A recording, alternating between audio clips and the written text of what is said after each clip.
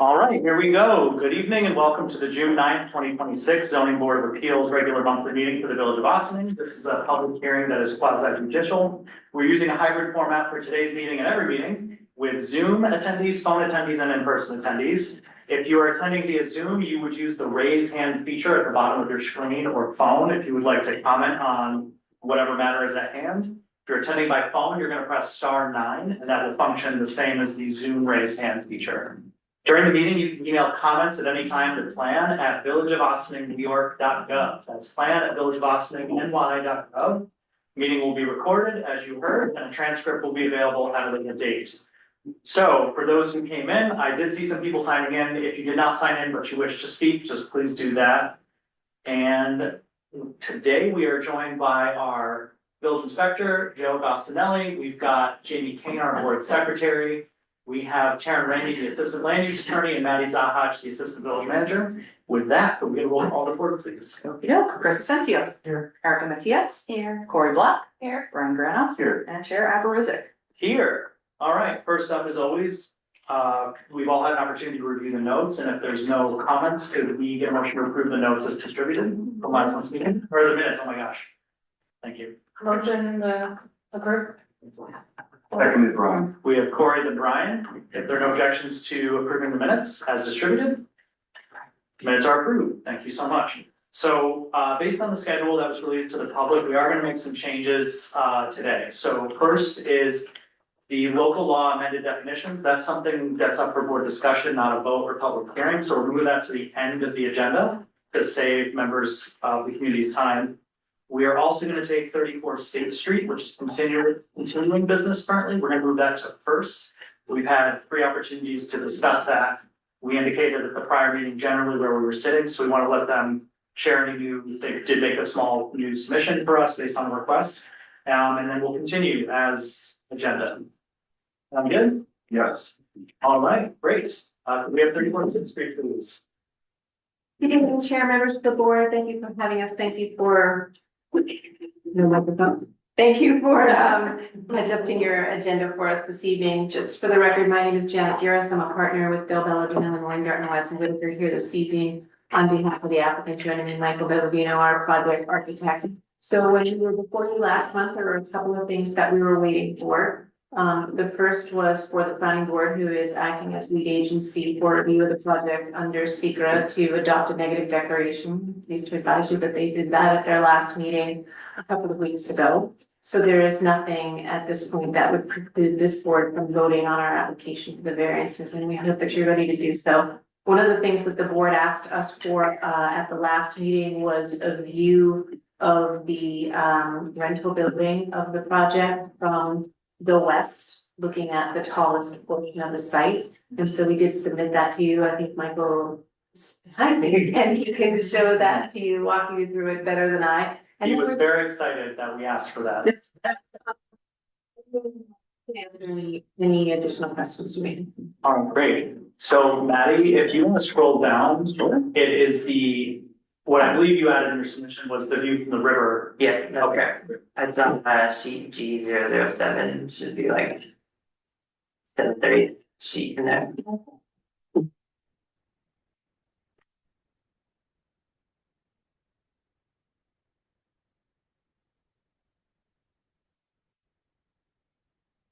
Yep, so in that top left-hand corner, there's an existing view. Kind of walked around down there trying to find a spot that I could see the site and give us like an anchor point. If you zoom way in by like the children's center, you can actually spot the Smith Robinson house just to the right of it. So that was like a good anchor point to make sure we got the new model and rendering in there quickly. So Maddie, if you'll scroll down a little bit. Zoom back in again. You can see a glimpse of kind of the rear facade of the rental building. And on the left-hand side, kind of that building number 1, the leg of the condominium. And we also just added a red line to kind of drive home the point that that would be our allowable building height versus the additional height that we're asking for. 6 feet, I think. I really appreciate that, perspective. We've asked for it before and we've had community members ask for it before, so that's important for the record. I appreciate that. I was interested to see it too. Yeah. And then this is from the river. Yeah, so Did you go out on the river? actually I did. Not for this, I was out there for another reason, but I snapped a picture while I was out on a boat, so. But we had produced these for, the planning board had asked as part of the view shed, so these are pretty much the same, these are the same diagrams that we showed. Them a few months ago. We did kind of update the massing a little bit, but, these are maybe not quite as accurate because we have to kind of mush around the trees and stuff, but I think they're pretty close. Alright, that's the bottom of Broad Street below it. Yep.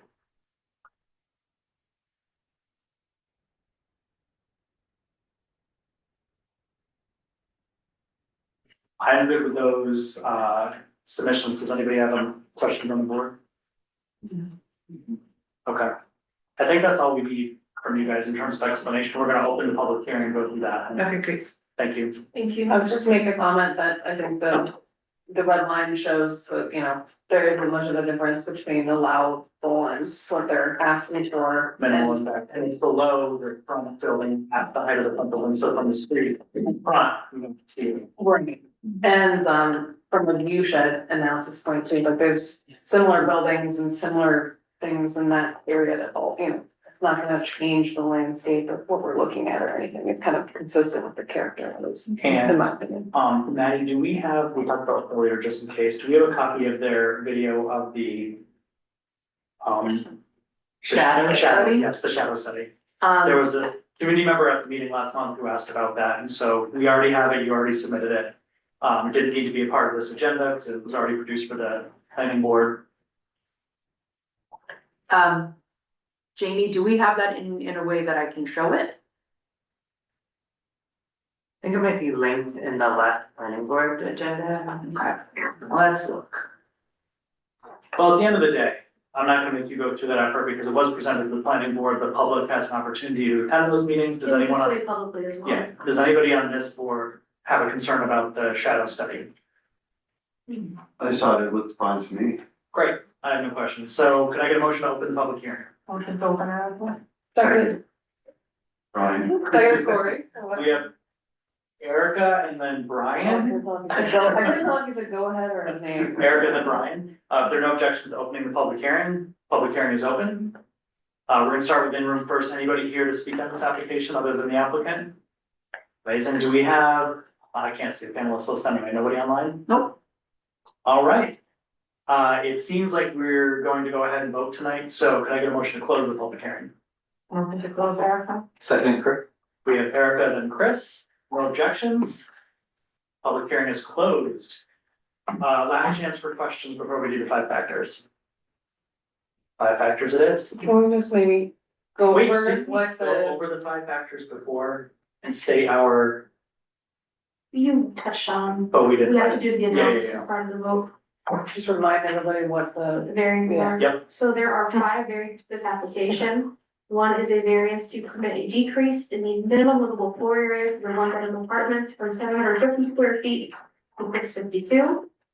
Another one is a variance to increase the maximum permitted building height from 4 stories and 48 feet to 6 stories and 53 feet.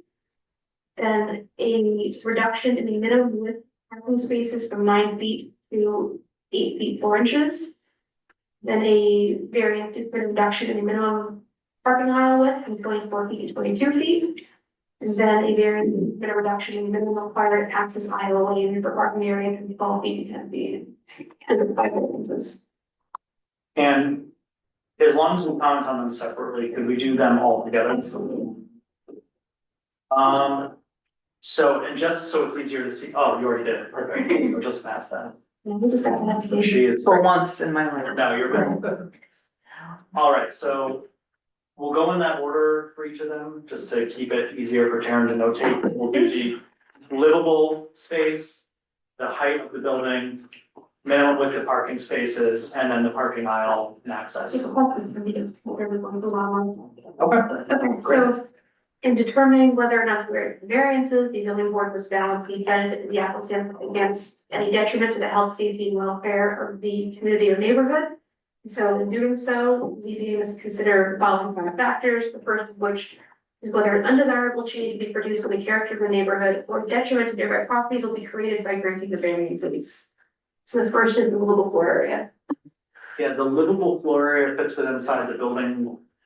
The project is proposed, so I don't think the change of that will impact, and to offset that, really, they're more aligning with what they stated in the prior meetings with the affordable housing guidelines. That's the reason these are smaller.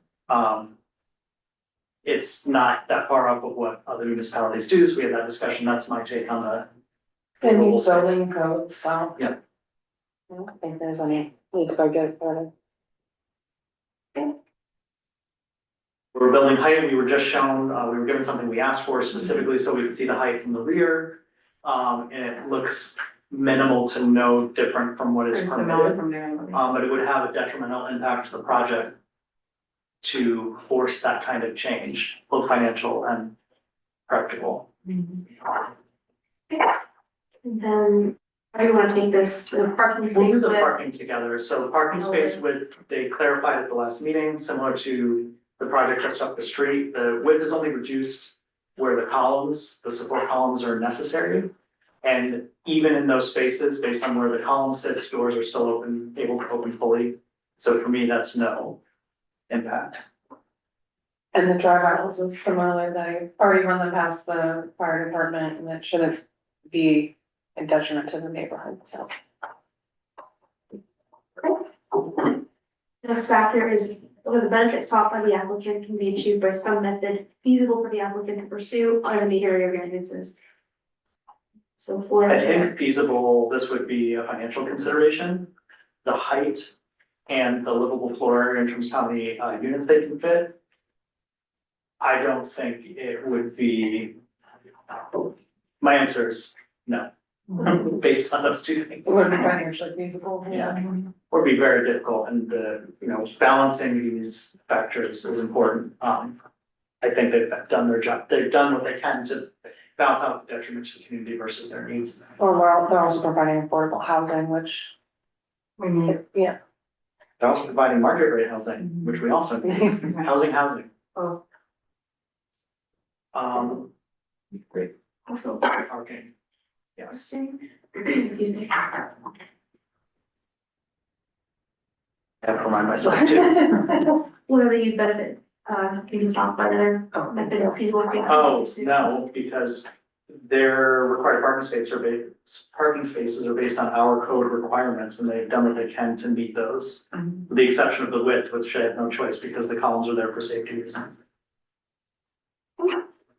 Well, the next factor is whether the requested area variances are substantial.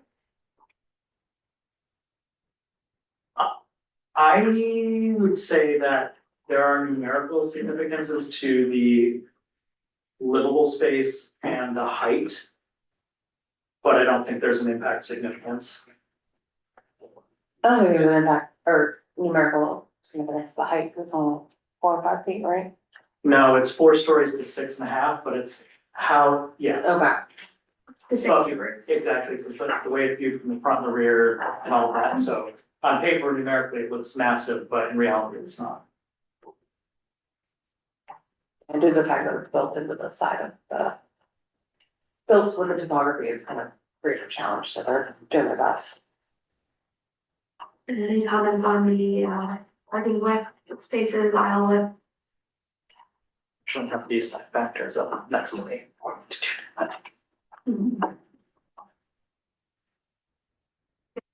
The parking space reductions from 9 feet to 8 feet 4 inches.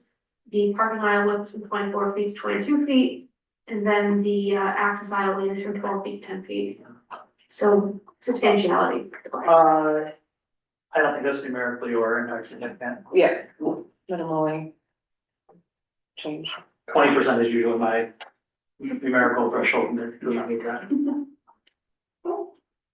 The next factor, would the proposed variances would have an adverse effect or impact on the physical or environmental conditions in the neighborhood or district. They received a negative declaration for secret from the planning board, so for that I would say no. I'll also say no because environmental can be quality of life, and they did a shade study, which the board has determined has no real impact. And based on the images, it looks like it won't have an impact on the neighborhood. Yeah. They're also remediating the site as well. Positive impact. It has an impact. And This finally, is our third site remediation in the past 5 years. keep on going. And finally, whether the alleged difficulty is self-created, which is relevant to the board's decision, but not necessarily determinative. All of them? I don't think the parking one is because we are forcing that number in that Because space. if they had less apartments, they would have less parking. They must have less money too. This is tricky. The HCR grant, I think, should be a discussion point here. There we go, okay. Well, to get the grant, you need to hit certain metrics, so. Right, I'm 50-50. It's not determinative. I will say no. Which is rare for me. Please disagree. Nothing? Okay. It looks like based on that, those questions with the 5 factors, we're looking for an approval. So could I get a motion to approve ZBA 3/2026 for 34 State Street? Motion to approve, Brian. second Everclear? All right, we got Brian and Erica. Can we get a roll call vote, please? Okay, Chris Asensio. Yeah. Erica Matias. Yeah. Cory Black. Yay. Brian Grana. Yes. Tara Bruzza. Yes. All right. Thank you for that long journey and good luck. Thank you so much. Thank you very much. Appreciate it. All right, next up on the agenda, we have new business. This is ZBA 9/2026 for 8 Jenkins Court. Applicant is seeking an area variance for the front yard setback for proposed construction of a front yard portico and stairways. Similar to what we've done before, but actually a little bit different. So, Oh, No good, I worries. appreciate it. Is the applicant in person for 8 Jenkins Court? I'm here. Oh, you're doing it. oh, it's you, oh, Oh, Wait, you're not. You'll- you have to do the JD. you have to do this one. Yeah. Good day. Good night. Welcome back. Michael Bambino from Architecture here on behalf of the homeowners at 8 Jenkins Court.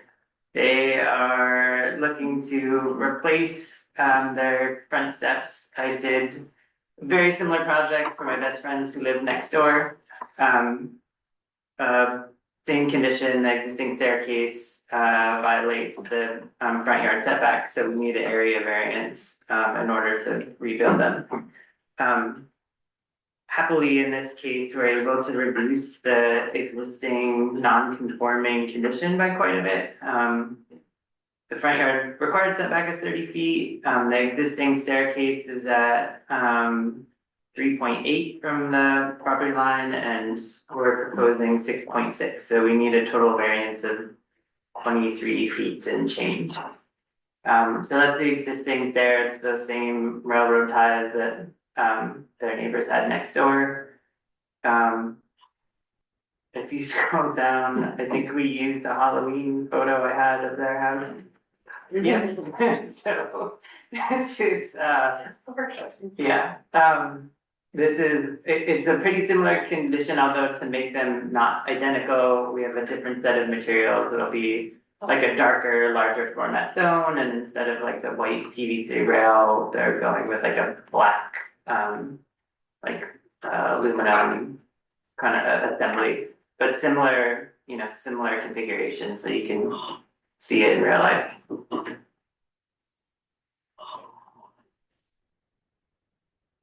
Appreciate it.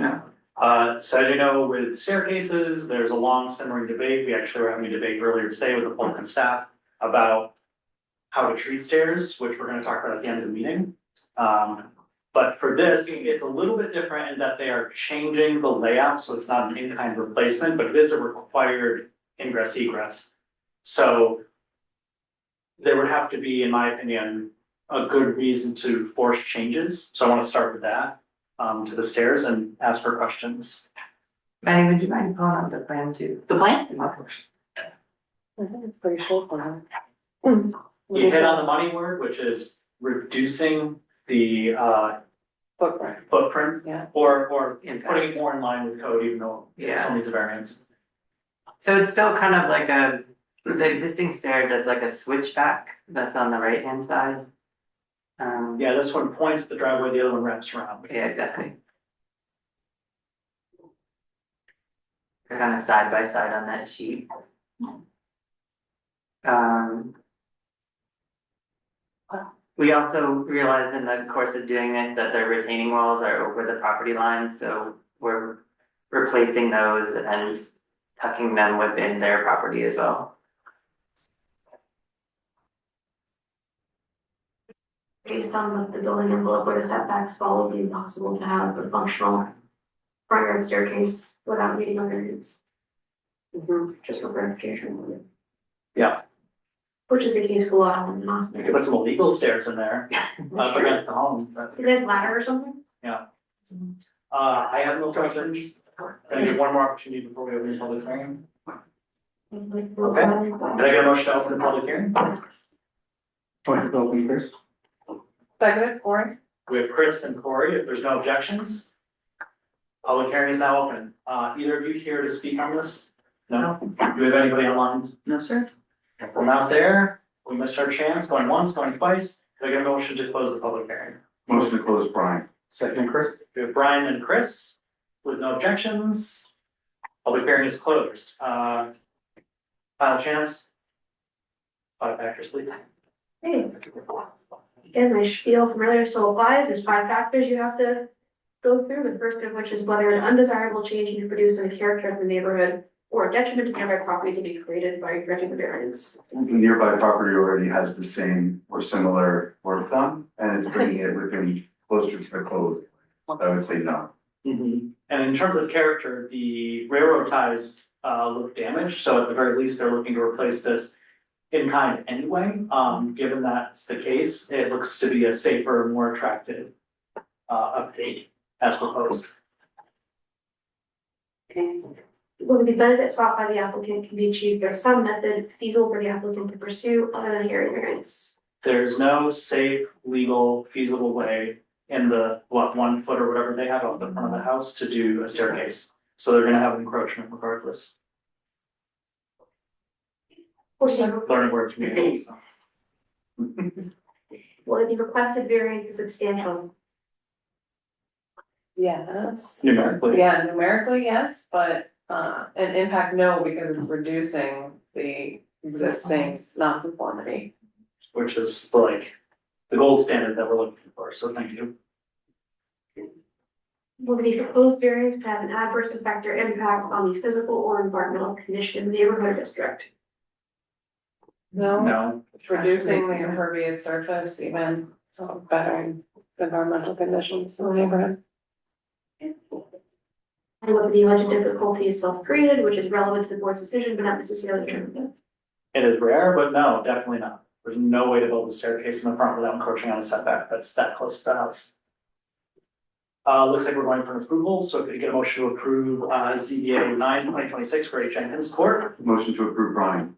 Second, Erica? We have Brian and Erica, and could we get a roll call vote, please? Okay, Erica Matias. Yes. Chris Asensio. Yes. Corey Black. Yes. Brian Grano. Yes. Chair Aberrizak.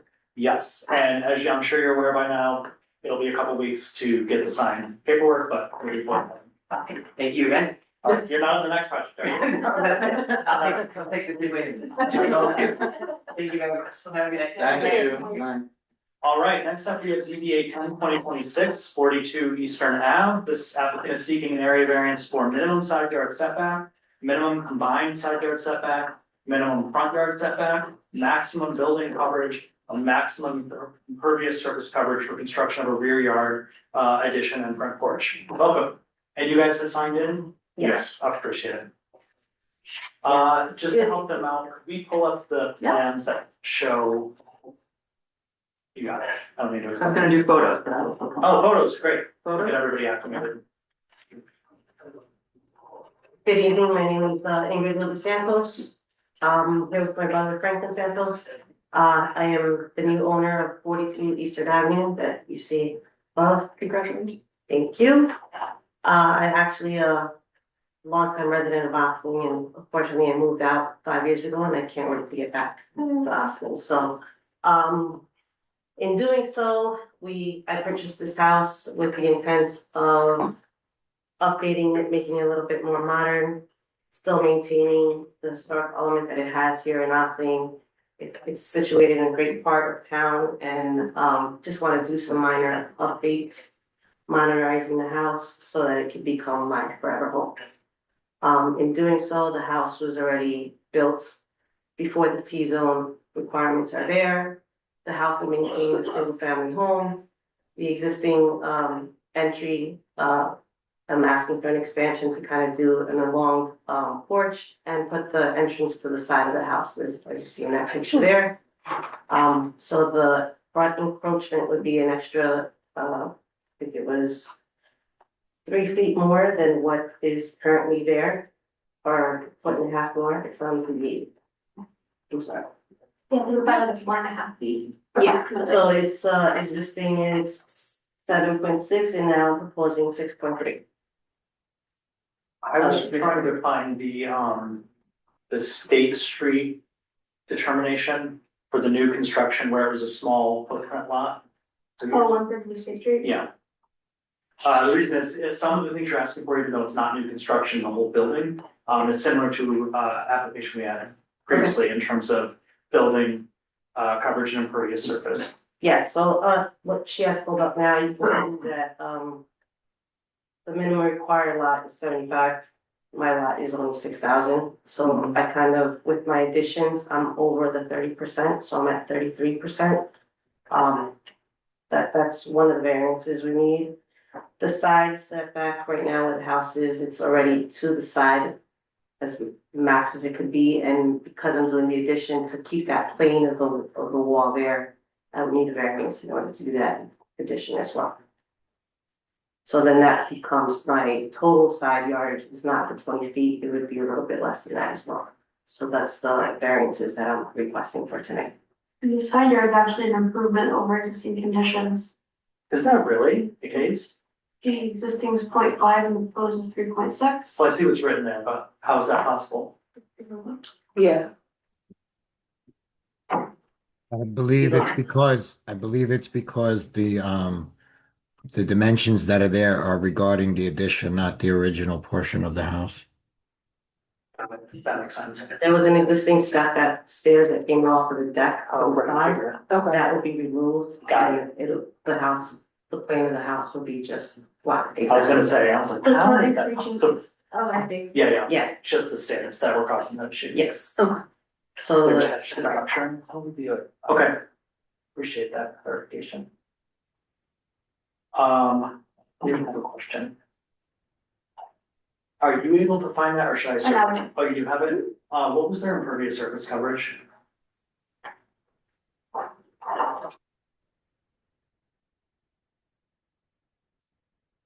The 47%. 47%, okay. So, the reason I want to bring up the impervious surface coverage, that's one of the things that's discussed here a lot, because there's over time been this expansion of people building where there's no availability of runoff and complete removal of nature. And that property owner, in addition to others, but they're doing similar to what you, small lot, new construction, but longer home than a box. And we had them make some changes to accommodate less impervious surface coverage, and I believe their lot is either their size or smaller, right? Yeah, but just the one nuance I want to point out to the board, I'm not sure if Eric and Chris were on board at the time. 132 State Street was an application where someone purchased a property, demolished existing residence, and then proposed a new 2-family home. So they're starting with a blank lot. So this is in addition to an existing residence, so there's a different site. There's a different site constraint than 132 Street. Different site constraint, but if you go to the zoning application worksheet, The numbers are similar, but with 132 State Street, they were starting from scratch, so they had more wiggle room in the design to be able to pencil the numbers. yeah, no, I'm off that topic, so if you go to the zoning worksheet, I just didn't. you're going from existing conditions of 1,267 square feet to more than doubling the square footage of the livable space. So to me, if we're looking at the 5 factors, there needs to be a strong reason for that on the property. Because these variances they're not for you, they're for the property, and Right. whoever takes the home over in the future will assume those variances.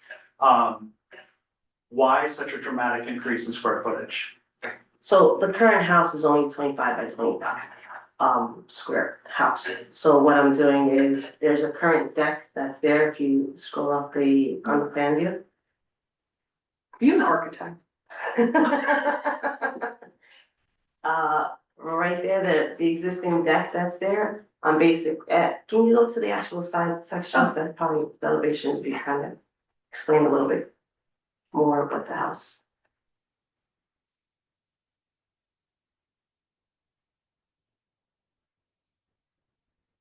I mean, I saw the diagrams, I saw it bigger, I'm just Yeah, curious just- why that much space is needed. So, To yeah, make it livable. yes, so what I'm proposing is, this, being that it's my forever home, right now, the way the house sits, the bedrooms are upstairs. We all know that as you get older, you're looking for something where it's kind of ranch style, kind of, your bedroom's on the first floor. So I'm looking to, right now, that little small addition was considered a bedroom. I'd like to expand on that bedroom, make it a master suite on the first floor, add a family room to the first floor, and kind of make it more of what today's standards of living would be. And as also keeping the bedrooms upstairs, there's an office upstairs that was changed. So if you go down one more page. So if you can see where the deck is, I'm basically enclosing that area of the deck. The second floor bedrooms would be where the addition of where the first floor addition would be. I'm just expanding that vertically. And I'm pushing out and enclosing where the deck would be. So I'm Yeah. trying to stay similar to what the footprint is, just making it more of a usable modern space of what a house and what your home would be. I could see why you wanted us to see the elevations, because it doesn't look as long in this as it does on the site Correct, plan. so I would the say. calculations and, my architect did the calculations, but I think if you see this thing, I'm just basically going more vertical and just enclosing where the footprint of the deck is. Yeah, I see what you're doing. I just want to clarify 2 things. One, you far exceed the minimum requirements already. And many of the people that come before us in single family homes, 2-family homes and 3-family homes have less space than you do now or close to what you have now. So, I don't buy the argument that the house is not suitable for living at 1,200 plus square feet. I see the need for it, but typically when we have approved homes like this, they were 2 and 3-family homes. So you had 2 or 3 families splitting that entire square footage, and they needed to expand to get up to the minimum requirements for livable space. So I'm not sold on the need for more than double the current square footage it has when it's more than suitable for a single family. I live in less square feet than that in my own home, and I know what that amount of space feels like. So I'm not against expansion, I'm just. So if you were to, I believe he has a plan view of some other areas of the lots, on my streets of the houses in that area. The neighbors. All my neighbors, if you look at their plans, I'm actually still one of the smallest houses on that How block. many of those are single family with only 1 family living in them now? I don't have that data for. I would bet that most of them are multifamily homes now, and that's the point I'm making. Right. They might be But- smaller, yours might be smaller, but you only have 1 household there.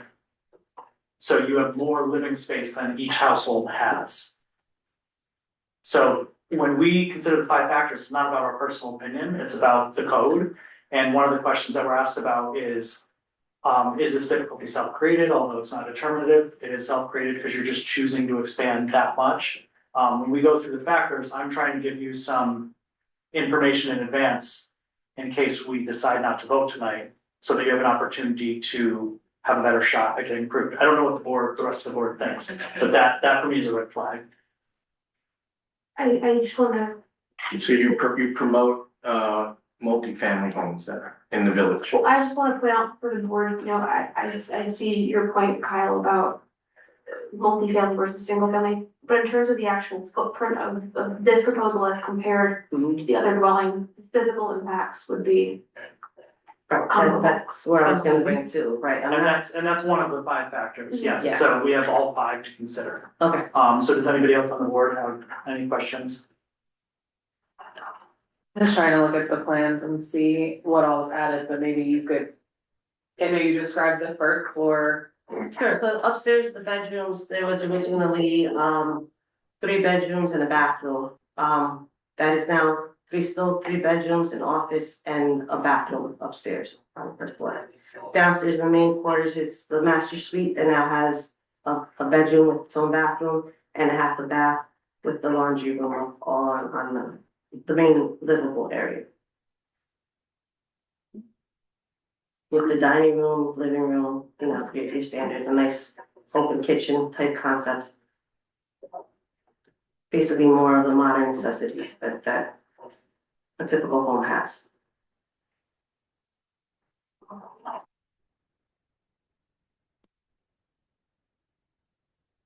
In your architect's cover letter, you mentioned that a new proposed stormwater retention system is being installed in the backyard. Yeah, Can you that please was. speak some more about that? Sure, so if you go back up to the site plan.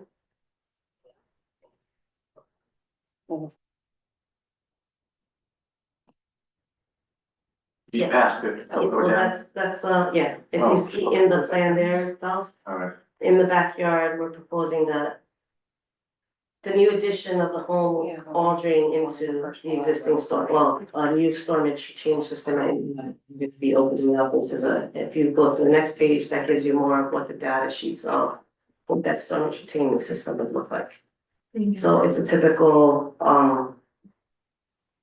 thing that 3,000 that would be inside of the ground that would collect all the water that the new addition would be, bringing into the town.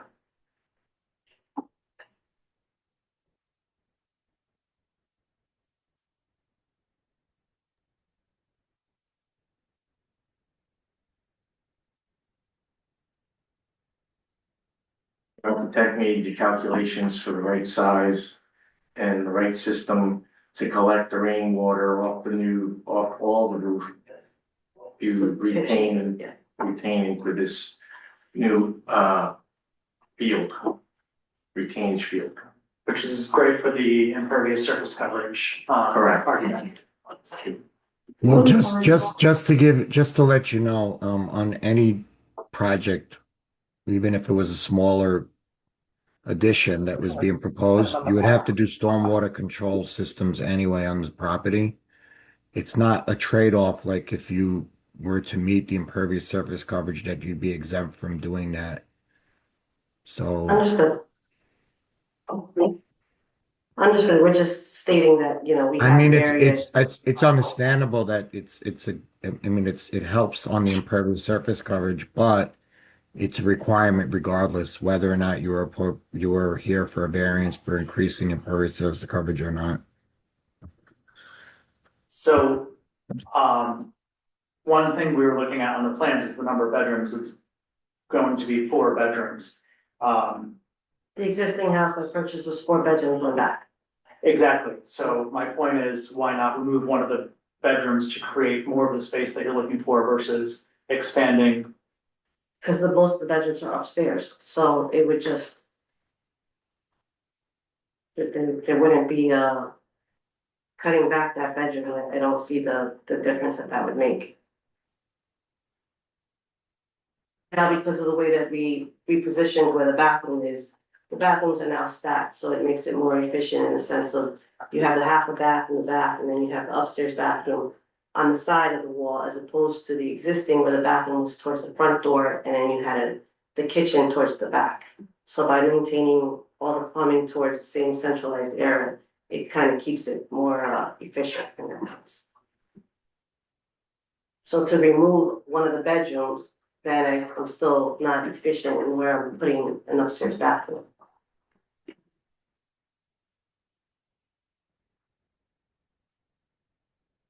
I was trying to look at the rest of the site.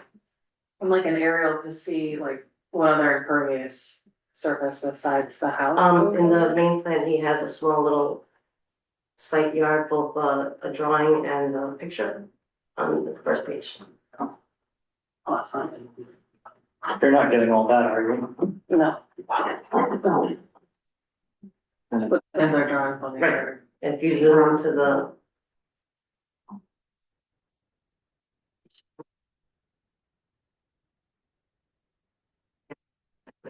I'm on Google. I'm on Google, but it's.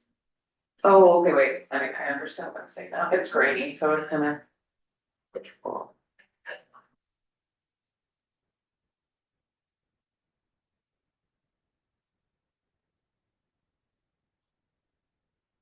I'm trying to get at, was there any attempt to reduce like impervious surface elsewhere on the site or? Okay, so in terms of area, after you answer, one of our board members, I do have a question on the plans. Well, if there's already an existing two-car garage that's there, that I'm not touching, yeah, it's detached, so I'm not touching anything there. There's a garden in the backyard, you know, we have, you know, Impervious surface modifications don't have to be to just structures, it can be the driveway. so- right, I was gonna say, maybe there's something I can do with the asphalt of the driveway to minimize that and put impervious concrete as the driveway as opposed to the asphalt that's there, and you know, that's an option that I was looking at doing as well. But So this is the question that I have, did you get? Yeah, that's. Okay, on the Eastern Ave Plans document 514 on page 2.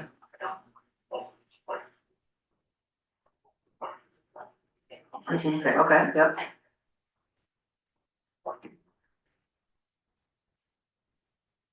So when it's open, let's look at the top first, which is existing.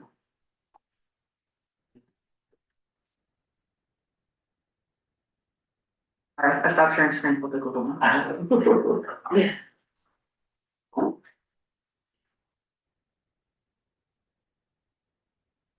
So this is is at the heart of the argument or the questions that I was asking. So if you look at the existing, you'll see at the front, there's a very small entrance walkway to the street, and on the back, there's a one-story frame, I'm assuming, porch yes, on the back. Now if you go to the bottom half of this page, you'll notice that there's now 2 porches. And even though the proposed deck is smaller on the rear, one's been added to the front with the side entrance. And because of that, you have more impervious surface coverage, building coverage, et cetera. So instead of just enlarging the home to get a bigger master bedroom on the first floor, because you had spoken about aging in place and a ranch style home, you're also adding what's technically an unneeded porch. It's something we want because we want it, but it's causing your. right, so if you go to the, I guess the side view again, elevation. That, deck, that rear deck is more like a sunroom, and it's just a covered porch that's already extending from where the, big on the side. So it's basically the roof is going over that, not so much of what we can do underneath it. It was more of a covering when you come in through the back door, when you bring your groceries in, you can put something down and not get it covered in water and, you know, get rained on you while you're coming in through the backyard of the house. Yeah, I understand what it's traditionally for in a home. I'm saying you've added a full width porch to the front of the house with that side room, which is a want, which has put you over the edge, and you've kept a back porch, even though you extended the property, and so now you have a lengthening on both ends of the home. So when we go through the 5 factors, and we have to answer yes and no questions, that is a self-created issue. There is a feasible alternative. Though these are things that we have to answer, but that's something that I'll have to comment on. So yes, we did originally look at not doing that, but because we were going to, doing all this to the house as it is, as opposed to coming back to you guys in 5 years and saying, hey guys, you know what, I wanna add a rear porch to the house. I figured, let's ask all the questions now and get the variances that are needed right this time. So what I'm hearing, it seems that most of the concerns resting on the impervious surface coverage variance. Is that an accurate statement? I was focusing on that, but I don't think that's- forgetting about, I was honestly forgetting about the other ones more than anything, so. Well, it appears the front yard setback area includes the porch. So there's an existing vertical there. Which is existing non-conforming. Right, with the existing If non-conforming. it's existing non-conforming, but because you're doing a huge renovation on the back, you have the option to keep it, change it, get rid of it. So that, there's no argument there. Well, the porch couldn't be constructed in a conforming location. No, but you could reduce the impact on the area. You need stairs, you don't need a porch. Right, but you have to, again, it's the benefit sought by the applicant, so if the benefit is a covered porch. I guess how can they feasibly achieve that without needing a variance? But I'm trying to get a sense of where the board's questions and concerns are, so that feedback can more succinctly be relayed to the applicant. Yep. You know, if the concern, you know, because in the board precedent, you've granted similar front yard setback variances for similar porches. If there's something about this particular variance that Yes, relates to the but application. looking at this application in totality and not isolating issues. I'm getting there. So I'm just trying to understand specifically the applicant, what specific elements of the variance are your concern? Is it because the size of the front yard porch contributes to the impervious surface? Like, is the impervious surface really your ultimate concern here? Impervious surface, building coverage, intensification of potential use. That's not a required variance, so we shouldn't discuss the. But the intensification. potential is not something we can consider. We can't consider that. We have a single family home. Mhm. That's looking to expand. Well beyond what is required, because they're already meeting the requirements. So in terms of building area and impervious surface coverage, there are three factors that's gonna be tricky to discuss. Without doing something different than we've done in the past. With homes like this that expand off the back, all of them have been multifamily. So is your concern precedent? In part, yes, and although you can look at applications and say, this one's unique, this one's not unique, it could be argued that this is doing something different than we've done in the past. And so it's worth having a discussion about it, because it's not fair to other applicants who we've said no to. That for a single family home, we then say yes to. So I think it's appropriate to ask the questions. But can I just, Kyle, with the impervious surface coverage, they have other options how they can make that. I mean, if they can do like the driveway, they can do, pervious pavers, they can do pervious asphalt, right? And that can be reducing it, but that won't, even if they comply with that, that's not going to change the overall footprint of the building. So if specifically the issue is about the building coverage, I believe if that's what Taryn is getting at, that's one thing. Because they have other methods on how they'd be able to reduce that impervious surface coverage. So, Yeah, I mean, I say both building coverage and impervious, so building coverage is separate, I get that. right. So, because they could come back and say, all right, we're going to change the entire driveway and walkways and make them impervious. And that would bring them probably into compliance. But if that's not really where the driven issue is and it's about building coverage, and I think that's a different issue if that's what the objection is. So like willing down side yard setback, I'll speak for myself, there's no issue there because it's existing. There's no way you're gonna meet it without making the house look funky, so I understand, like, if you're gonna extend back, you don't want it to be flush with the house, that's not an issue. Front yard setback there, reducing the non-conformity, so if you wanna look at it just like that, not really an issue, right? And then when you look at building coverage versus impervious surface, even I, as a planner, had like a hard time kind of separating the two, but I feel like building coverage speaks more to visual impact, right? Like there's this much larger house now, but looking at the houses next to it and looking at the elevations, to me, that's almost not really an issue either. It really does all stem to impervious surface. And the fact that all these things are right wants and needs when the house functions as it is, and how, like, we understand you need a first floor bedroom, that makes sense and everything, but like, how can you work with us to reduce impervious surface, I think is where I lay. Okay.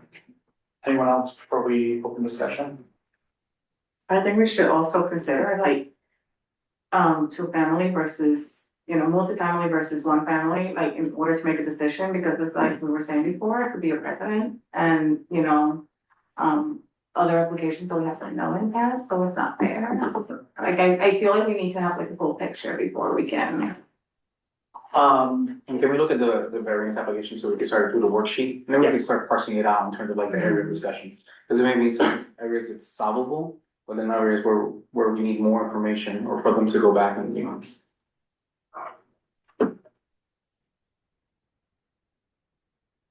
So again, code requirement for my lot is 7,500. My existing condition is only 6,000. So that already is gonna putting an impact on what But it's my a building. percentage. It's based off a percentage, so if your lot is Right. smaller, then you're.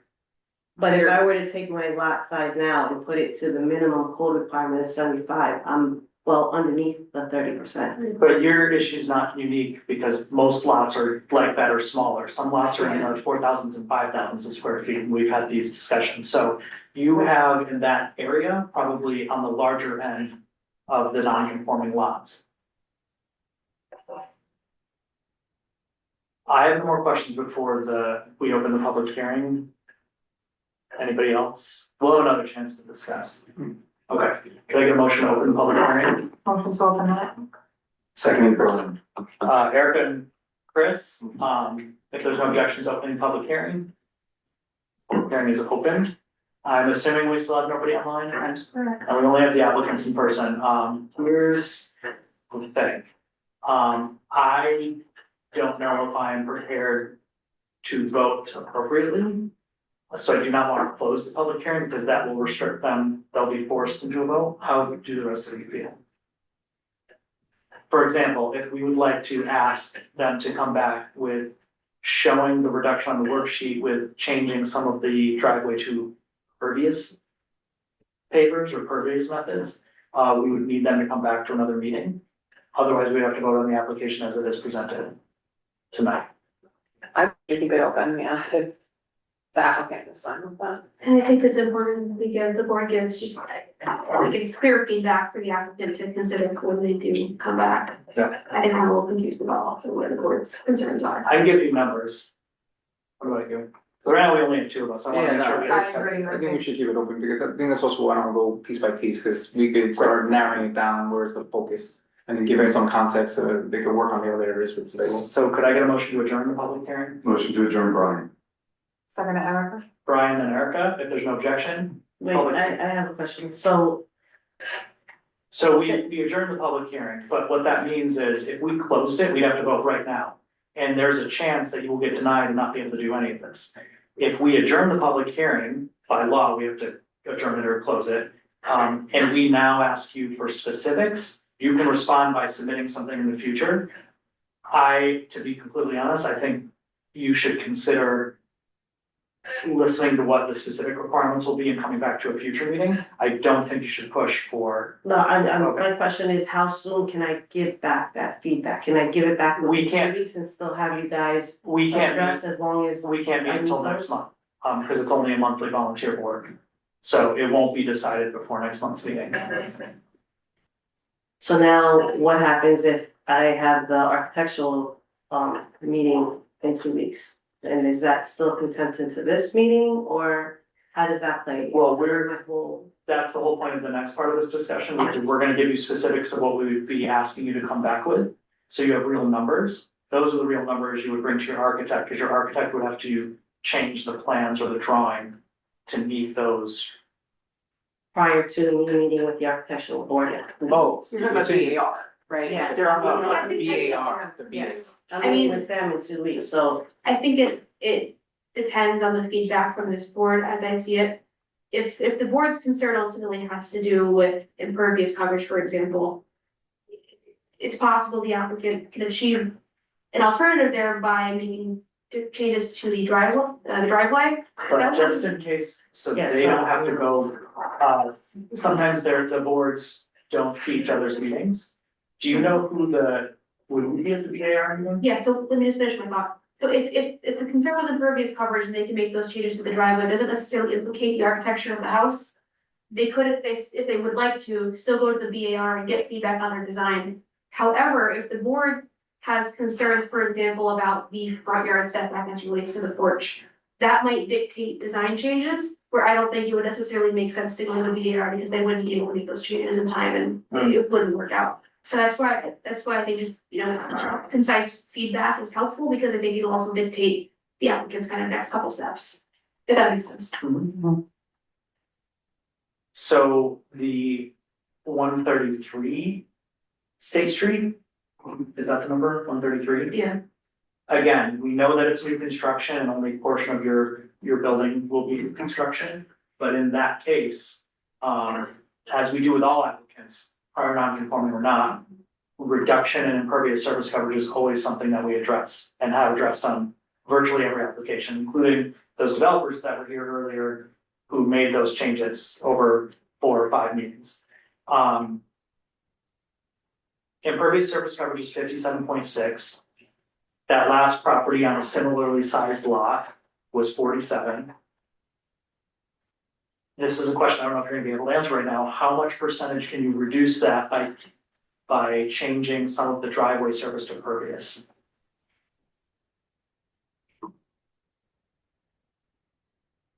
Right now, my driveway is 10 feet wide by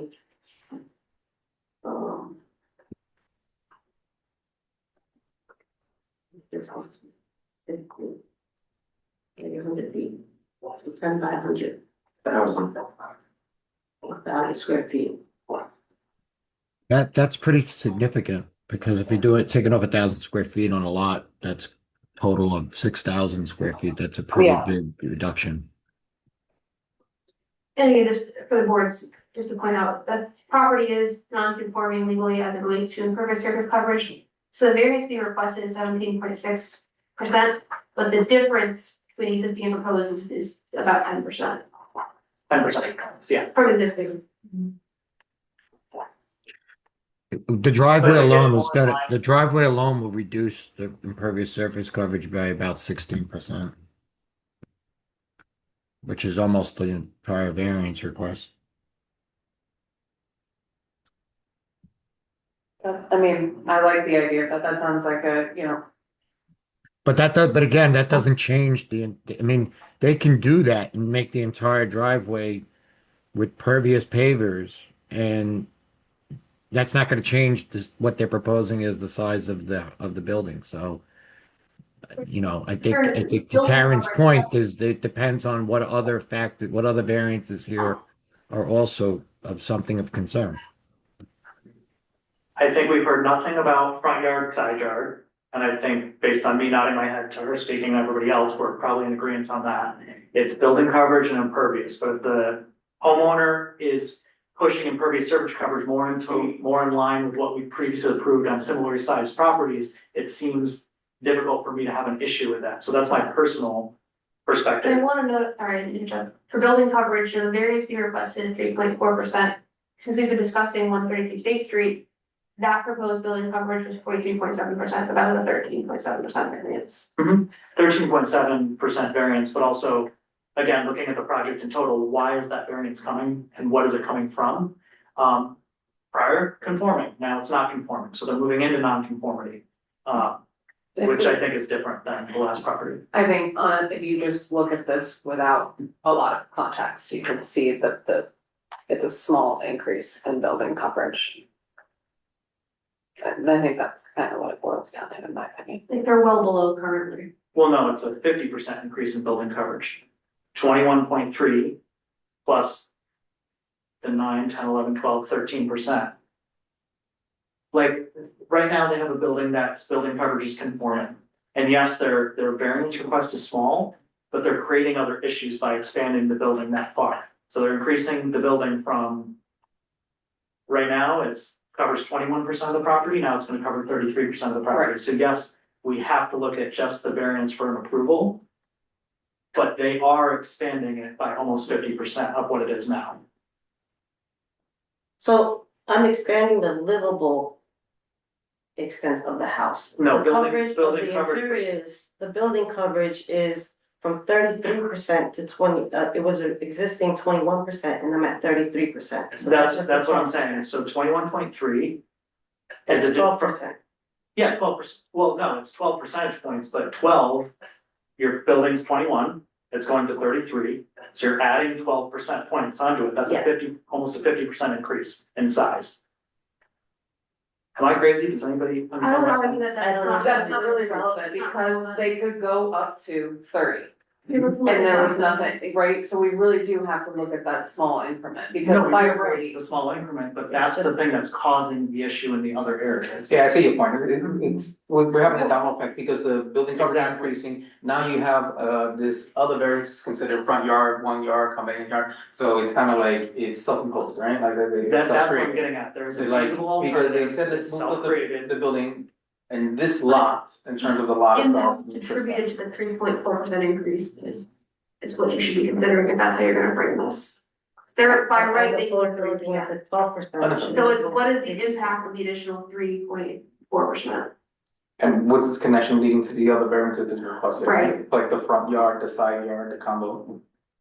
And then is the 3.4% variance, is that significant both in terms of, or substantial numerically in terms of impact? Well, yeah, you could be like, sure, building coverage, 3% over what their maximum is allowed, yeah, but this other one is more significant, but both of them relate. You can't, but the question is what do they need to go back and fix? So while they do relate, we need to have it boiled down to what are the issues, and if, to me, a 3.4% increase is not the issue of building coverage, the issue is impervious surface. And how that might factor into building coverage, they can figure out if they wanna, we can do whatever they wanna do, but in my mind, the impact that we're looking at that's detrimental is the increase of impervious surface. I think you could achieve this by keeping impervious surface coverage non-conforming at the percentage it is, or close to it, by changing some of the driveway. Yeah, and I The think, whole driveway, Joe said about, based on these rough calculations, is 16%. and I think that that's an interesting balancing thing to look at too, right, is like the want, right, is this increase in square footage, more livable space. And so if they want that, there's, how can you work with us to reduce these other variances? Because the real want is the livable square footage, And by right? the way, I mean, the driveway is one consideration, but also, it's how can you achieve your benefit? How can you achieve the additional living space, the reconfiguration of the bedrooms? Is there a way you could also do that? Say if you didn't want to touch the driveway by redesigning the addition, can you make it a little bit smaller? Can you rearrange it in a certain way that reduces the magnitude of the To scale? Kyle's previous point of the front porch, that is increasing your impervious surface all across the front there, so there are things to, it's not necessarily the encroachment, that's the issue for us, it's the overall impact of all of these things together increasing the impervious surface. And when you talk about impact at large, we're not considering your application, we're considering your application and the community at large, and part of that is precedent. If we allow homeowners to just build a bigger house as long as they turn other parts of the property into impervious surface, that is a kind of trade-off we don't normally make. And so, yes, you can do some math and change the numbers, but that's only part of it. So architecturally, if you But it's look only around the, because you're saying like. No, not the allow them to 3.4. Make it bigger, but it would only be 3.4%, So, we have granted that. I gave my perspective, which is you can keep your same existing conditions for impervious surface coverage by changing the driveway. That's my 2 cents. I second that. So No. just so I understand, so that I understand that if the applicant and their architect were to speak to me coming back, if they were able to reduce the building coverage to the amount that they're allowed to have by the zoning code regulations in this zone district, and also reduced that impervious surface coverage, maybe even to the point where they don't need a variance at all, are the other variances with the setbacks considered something that the board will consider, or are we saying those would also be an issue and they have to work on that as well? Can we get a straw poll on the following? Please say, or raise your hand if you have an issue with the current variances for side yard and front yard setback. If you have an issue with the current as proposed side yard and front yard setback amounts. There's not, I don't think that's an issue. Okay, so the issue is building coverage and obviously impervious surface coverage, so. But I would say to the applicant and to talk to their architect, if the architect or you, the applicant, want to speak to me about it, what you need to do is work on reduction of those two items. So right now, it's a 3% building coverage that I'm asking a variance for, and I will redo the whole driveway in impervious concrete, asphalt. The pavers, Can we take a straw poll on that? so I'm asking just for a 3%. Well, that's kind of Well, an extra. I think you really need to understand, is the 3.4, putting aside the impervious coverage, and I understand they relate, but in a vacuum, is the building coverage variance really the issue, or is it the impervious surface? It's just, It's both for me because you're expanding non-conforming use, but I am one person, it doesn't matter what I think in terms of yeah, that. I'm asking. But I have stated my impervious surface The issue. board, I do not have a problem with the 3.4% increase, but at the same time, I also wouldn't mind, in line with other applications that we've seen, we have asked people to try to work to reduce the footprint, so like can you not take a couple of feet off here or there? There were like some 15 or 17 foot long rooms in some of those spaces, you know, I would just maybe come back with an argument as to why you can't reduce it if you can. Cause it's not significant, but if you could meet the intent of the, you know, the zoning regulations and not have to increase at all, then to your point, right, why? Yeah. Well, to that point, what I'm saying That's is, ask increase over the 30%. Right, to keep it conforming, Yeah. right, But there what- has to be a good argument to, like, you know, the length of the room needs to be this distance, in my opinion, and well, the That's reason okay. why I'm asking that question is because you can also satisfy dealing with the building coverage by reducing the size of a porch or removing the porch on the back and still have the same footprint as they have of the house itself. Because the board here is really only to talk about what the variances are, not the design of the home itself and the interior layout. It's more of what your variances that you're granting. So if they accomplish meeting within those constraints, and remember, if they get to 30% of the building coverage, they don't need to come to the board at all for a variance. So they can accomplish that in many different ways, but it sounds to me what the focus is, the size of the rooms, how the layout is, and that's really, correct me if I'm wrong, Taryn, that's not what this board is here to discuss. It's how they want to lay out the interior of their home is their privilege. It's I mean, really, that's what where they're we have dealing our- is with specifically what's the variance request. And there are many different ways that they can reduce this without even affecting their footprint of the house itself, interior. And I not even 100% maybe have to agree come with to you. the board for a variance at all. Exactly, and that's our hope. In a perfect world, the variance wouldn't be needed because they'd be conforming. Okay, can I pose a hypothetical that helped me think through this a little bit better? Thank you, Joe, that helps. So like, let's say they do come back, right, everything is fixed and the front porch is still across the whole house, and that's like the reason that, you know, this 3.4% is over or something like, or that's one of the reasons, right, like, is that gonna be a hang up for us? Right, that's not, I think that's. We've literally had an application where they were rebuilding the front porch, existing non-conforming, and we voted to force them to shorten it because it was not necessary for that reason. So my whole thing has nothing to do with my opinion. I am against single-family zoning across the country, but my opinion doesn't matter. But according to our code, we're forcing other homeowners to do something that we then not force you to do. Why is that? Right, so the front Small, porch is the skinny front reason porch. why I do, and this is what a small skinny front porch is, because if you know Eastern Avenue, I'm right across the street from St. Anne's. I know the area, I bought it. I know that there's a fair there every year. I know that they do the Eastern Paschal, you know, the cross. That's something that I wanna be able to enjoy from my porch, right? So being able, all I wanna do is have a porch where I can put a chair and just sit there and enjoy where I purchased a lot, right, where I purchased my property. I understand the traffic that is in the neighborhood that I purchased, and I want to be able to enjoy that and not sit behind and look through my screen window like, oh, look, I wanna be out there and enjoy it, have my coffee and, you know, wave to my neighbors and do all that. On Sunday mornings, when people are walking to church, I wanna be able to sit there and have that conversation. I wanna have that community experience. By not having that porch, I'm not enjoying the town that I wanna come back to and enjoy, right? These are all aspects of the living conditions that we're requesting a variance for. Everyone So who comes then, to before the me, board so wants- what I would say to that point is, you have options on, if the board is, if the board feels that having you, a request for a 3.4% variance for building coverage is an issue, I only suggested the porch as an example. You have other factors on how you could do. You could reduce the size of the footprint of the house and the addition you're putting on it. You can do that.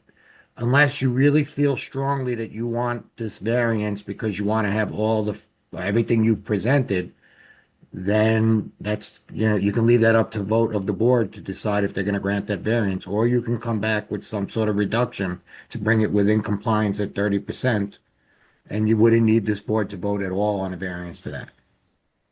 So we're spinning our wheels. The same points have come up multiple times. We're gonna cut this off. We can't vote today, so you're definitely not gonna have a vote today. We can't vote until next month at the earliest if you submit stuff on time. That's a given. The public hearing is adjourned. We cannot vote. That's not my choice. We're past that point. I also would recommend you don't have us vote this month. That might not work out in your favor. I'm one person, but based on the discussion, having seen this for several years, that is why we agreed to adjourn versus forcing you into a vote, which might permanently make this not possible for you. The suggestions that are specific that we've asked for are impervious surface coverage reduction to the current non-conforming impervious surface coverage, so that you're not expanding it. It's one of the things that we've been strictest about with other homeowners and commercial properties. Does anybody else have a specific suggestion? I just have a question because I've heard one board member say, we have approved this type of 3 point something% in the past. And I've heard you say we didn't. No, I'm not talking about building coverage. I'm talking about impervious surface coverage. But impervious surface coverage, they said that they're gonna change the driveway. So. Yeah, but they have to do those plans and bring it to the board. But I guess I'm for next time, I'm just concerned, just wanna make sure that we're fair to them, because if we've approved it in the past for building coverage, then I just wanna make sure I don't have a record of all the. We've votes in the improved past. bigger building coverage than this, but it's tricky because those buildings were already existing non-conforming, or they were already very close to the edge. They were 2/3 of the way to what the requirement was. They were at 21 instead of 30. So I don't have a problem with building coverage as the solo issue that makes this project no go forward. It's pretty much boiled down to impervious surface coverage. None of us stated an issue with the setbacks. Okay, that's good to know. Yeah. Yeah. I think I don't have a problem with the front porch itself. It's more of the impervious surface So that I have the issue with. The reason we keep asking you these questions is for this reason. When Taryn asks us, our land use attorney, when she asks, is the difficulty self-created? That's a yes, but that in and of itself is not a reason to approve or deny a property. It is substantial. We have voted in line with how we voted before. I would say it is a substantial request for the impervious surface coverage, because you're already non-conforming and you want to expand that. Do you have alternative feasible methods? You do. You have multiple feasible methods.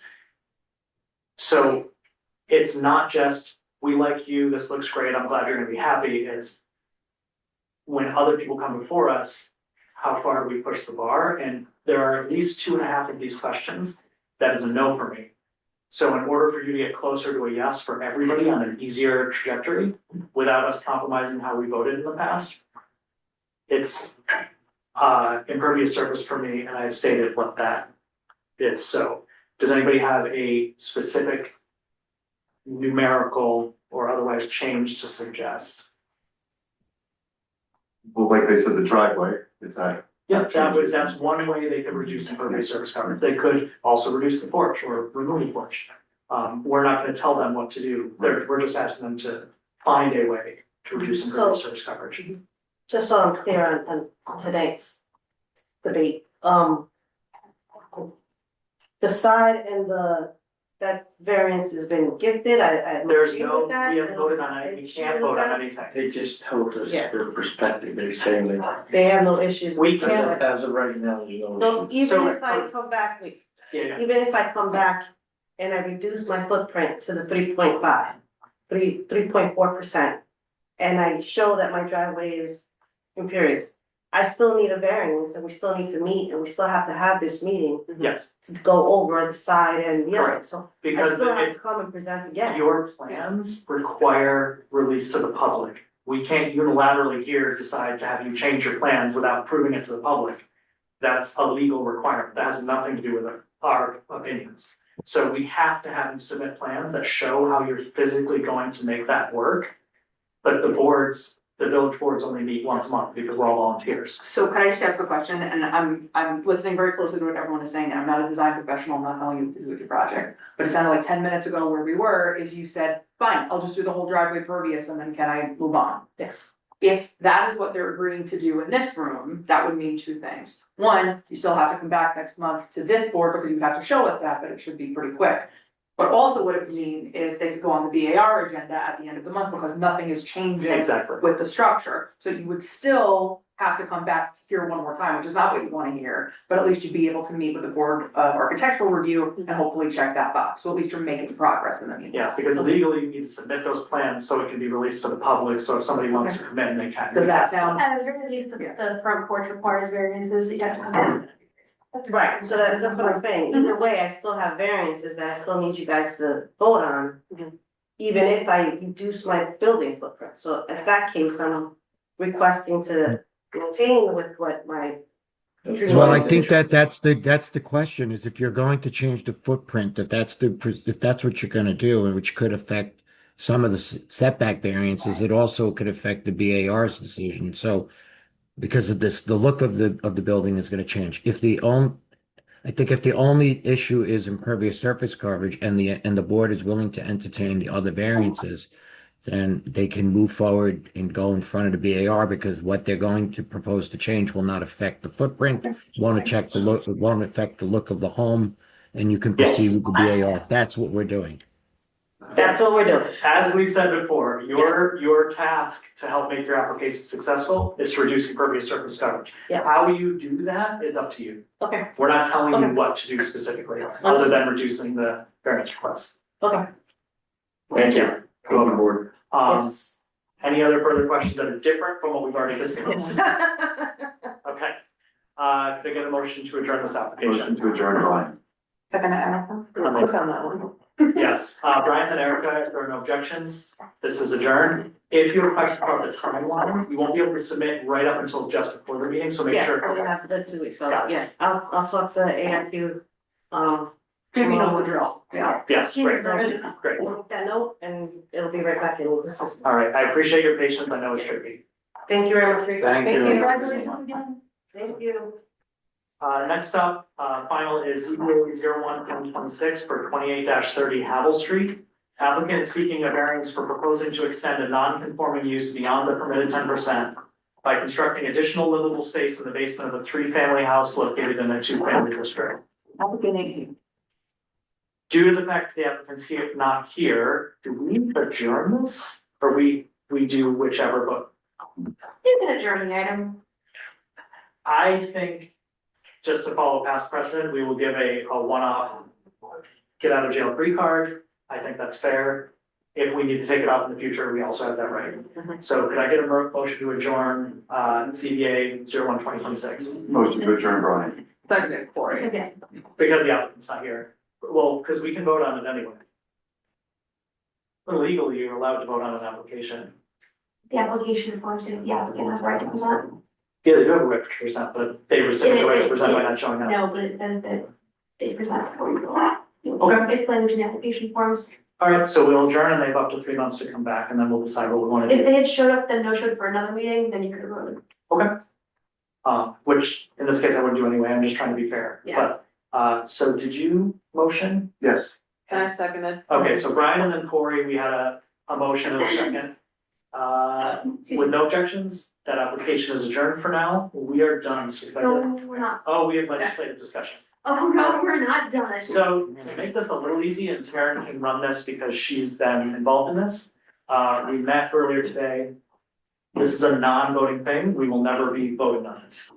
This is the Board of Trustees and legislative changes, official side. But they're based on things that we've asked them for.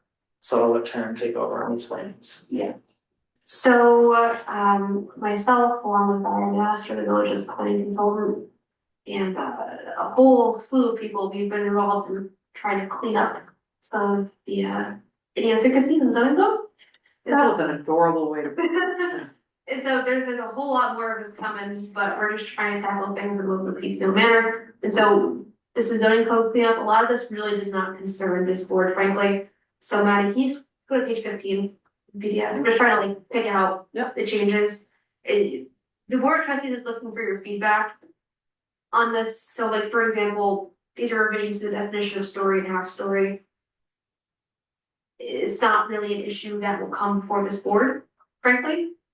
But you are welcome to weigh in on the proposed definitions. It's really just a matter of clarifying where these points are being measured from. If you don't have to Yeah, 'cause have we any don't- comments.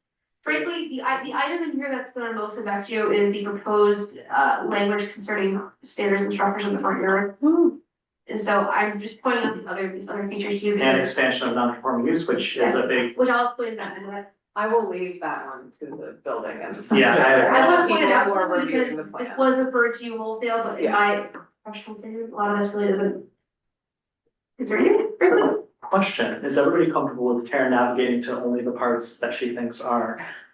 Are you okay with that? Yeah. Yes. Because, yeah, a lot of this, the planning board had a discussion on this more thoroughly, because they engaged with a lot more of the other sections of the code. So then you Yeah, can you switch to could be page on that 19. if you wanted to. You're nice on. So we have our beloved Ossining special, these staircases in the front yard. So just scroll down a little bit, Maddie. So as it stands right now, as you all know, reconstruction, replacement, new staircases in the front yard, all part of the variances. It is what it is. So we are proposing some language that would hopefully mitigate some of those variances, and what has been proposed thus far is this language that says the replacement or reconstruction of exterior stairs, stair landings, and ramps providing access to a principal or accessory structure may project into required setbacks to provide safe and code compliant access, provided that no portion of the proposed work projects no closer than 2 feet to any lot line. So essentially, there would be a 2-foot setback for stairs, and that's what we would like your feedback on. And my only question is, I think we gotta talk about this one time, like landings. When does a landing become a porch, become a whatever, you know, so just making sure that we know what that. And maybe it's like a building, maybe the building code has like a specific definition. Or like, I think there's a minimum size that a landing should be, so like, do we wanna add anything about to the minimum extent practical too, right? We could have people doing these huge elaborate staircases, like the one we just approved that needed to be like that, but it Somebody could could be do it like without- overdone, right, like in like way bigger than it needed to be, and it would still. I can't tell you this. The code says that stair landings, top and bottom of staircases need to be minimum the width of the staircase and no less than 36 inches of direction of travel. So basically from the door outward, can't be less than 36 inches. But that doesn't mean you can't propose more. You can be more, 4 or 5 feet, but 36 Yeah, is the you minimum. typically would see like a 3 or 4 foot like landing, I feel like, on things, but I just. You can't have, for example, if On the I porch, yeah. I could see yeah, you somebody can't trying to. you can't open your front door and only have a foot or foot and a half landing that you can of walking surface in the direction of your travel out towards the stairs. It has to be So at I least know 3 feet. that's. Sorry, Joe. I No, know I'm that just- simple is better, and I agree with simple is better. I have Yes. been a huge supporter of and talked to the Board of Trustees twice, 2 different years, about how do we prevent homeowners from having to do this thing that we know we're going to approve anyway, while simultaneously protecting someone who wants to do something egregious, like protecting against that. And so I see this requirement in 2 ways. I see homeowners who are replacing existing stairs with no change to the footprint, they're just making them safer and updating them. Period. No variance is required regardless of where they are, including that 2 feet. It's already been approved in the past or is existing non-conforming. If you're replacing the exact same footprint in kind, my personal feeling, you don't need a variance. It's when you change and do something bigger that it starts to get tricky, and that is what this is, I think, more. Well, applicable to that point, the main words in this is replacement or reconstruction, right? So if my concern is if somebody said, well, you know, the original stairs that we hear, there's something wrong with putting them exactly where they weren't built properly, and I have to move it 1 foot to the right. Is that now has to go in front of the board for variance because the staircase had to be altered slightly to the right of the porch? Joe, can I ask a question? Sorry. If someone was proposing like a replacement of their front stairs, would that trigger BAR? Like a wholesale like No, reconstruction? no, moving because around? decks and staircases are exempt from BAR approvals. They don't need, anybody builds a deck in the back of the house doesn't go to BAR or a staircase. Yeah, that's what I thought. It's a good question, but It's a policy question. I mean, a lot of codes exempt staircases from the setback requirements because it just. My literal only hangup is the landing part of it, like I get stairs, because stairs are really easy to define, right? You know when something isn't a stair anymore, but the landing part, I could see somebody getting cute and trying to do this, you know, little huge. porch extension for their 2 chairs and coffee table in the front, Right, because they landed, yeah. right, and if maybe we just define landing as like a maximum of, you know, 3 by 4 feet or something The like that, maximum you of know? what's required for code compliance and safe ingress egress, like whatever the. But would it be flagged? Because I think the operative forms of being replacement or reconstruction. So if somebody says like, oh, I wanna go ahead and take these stairs and I'm gonna go ahead and take liberties and make this bigger than it needs to be. So that's Would where- it be flagged as like, it's like, where does it get captured? That's It's why no longer I don't think we reconstruction. should rely on that, that gets sticky, and that's where I'm trying to get out of that replacement or reconstruction, honestly, like to his point, stairs are allowed now, right? Like, they got a 2 foot setback, so like, I don't would know if say we just- I would say this to your point about the landings. In most of the municipalities and most of the times when surveyors do their setbacks, they include the landing or the deck as part of it because the landing, which is you know a little landing at the top of the stairs, or a deck that could be 6 feet by 6 feet, count into the setback. What doesn't count in the setback is the staircase itself. So I mean, they put in here stair landings. I feel that the landing of the porch at the top of those stairs, you can count that into the setback, but not necessarily the stairs itself. So just one thought that kind of occurred to me is, it's really like a policy matter. If the intention is to exempt staircases, why send someone here for a variance for the landing associated with the staircase?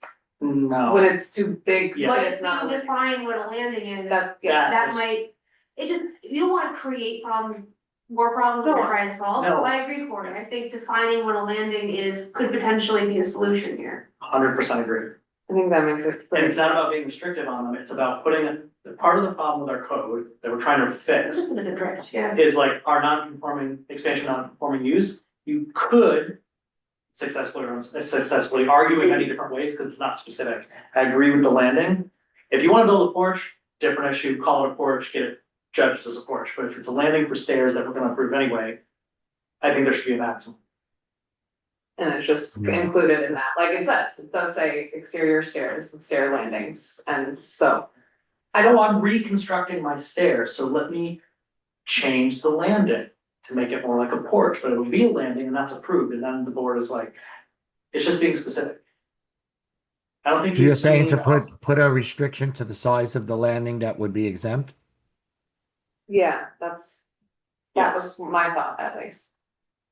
I don't know what the language is, I just agree with that.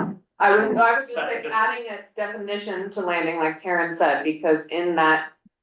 Text that you already have, it says stair landings are exempt, so you don't need to add anything to this, but you just define landing. When somebody looks at this and goes, is this a landing or is this a porch, they just go look and they. But what about the conditions of the property, like require for you to have like an extended, you know, like the one that we saw, like if that was the way it had to be done due to the, I guess, the elevation. That landing was small though. That landing was the width of both staircases and then like 3 feet. It was like a, And that would be, okay if it fit the setbacks, the 2 foot setback, it's it's stairs and landings, so they're exempt, even if you're going bigger.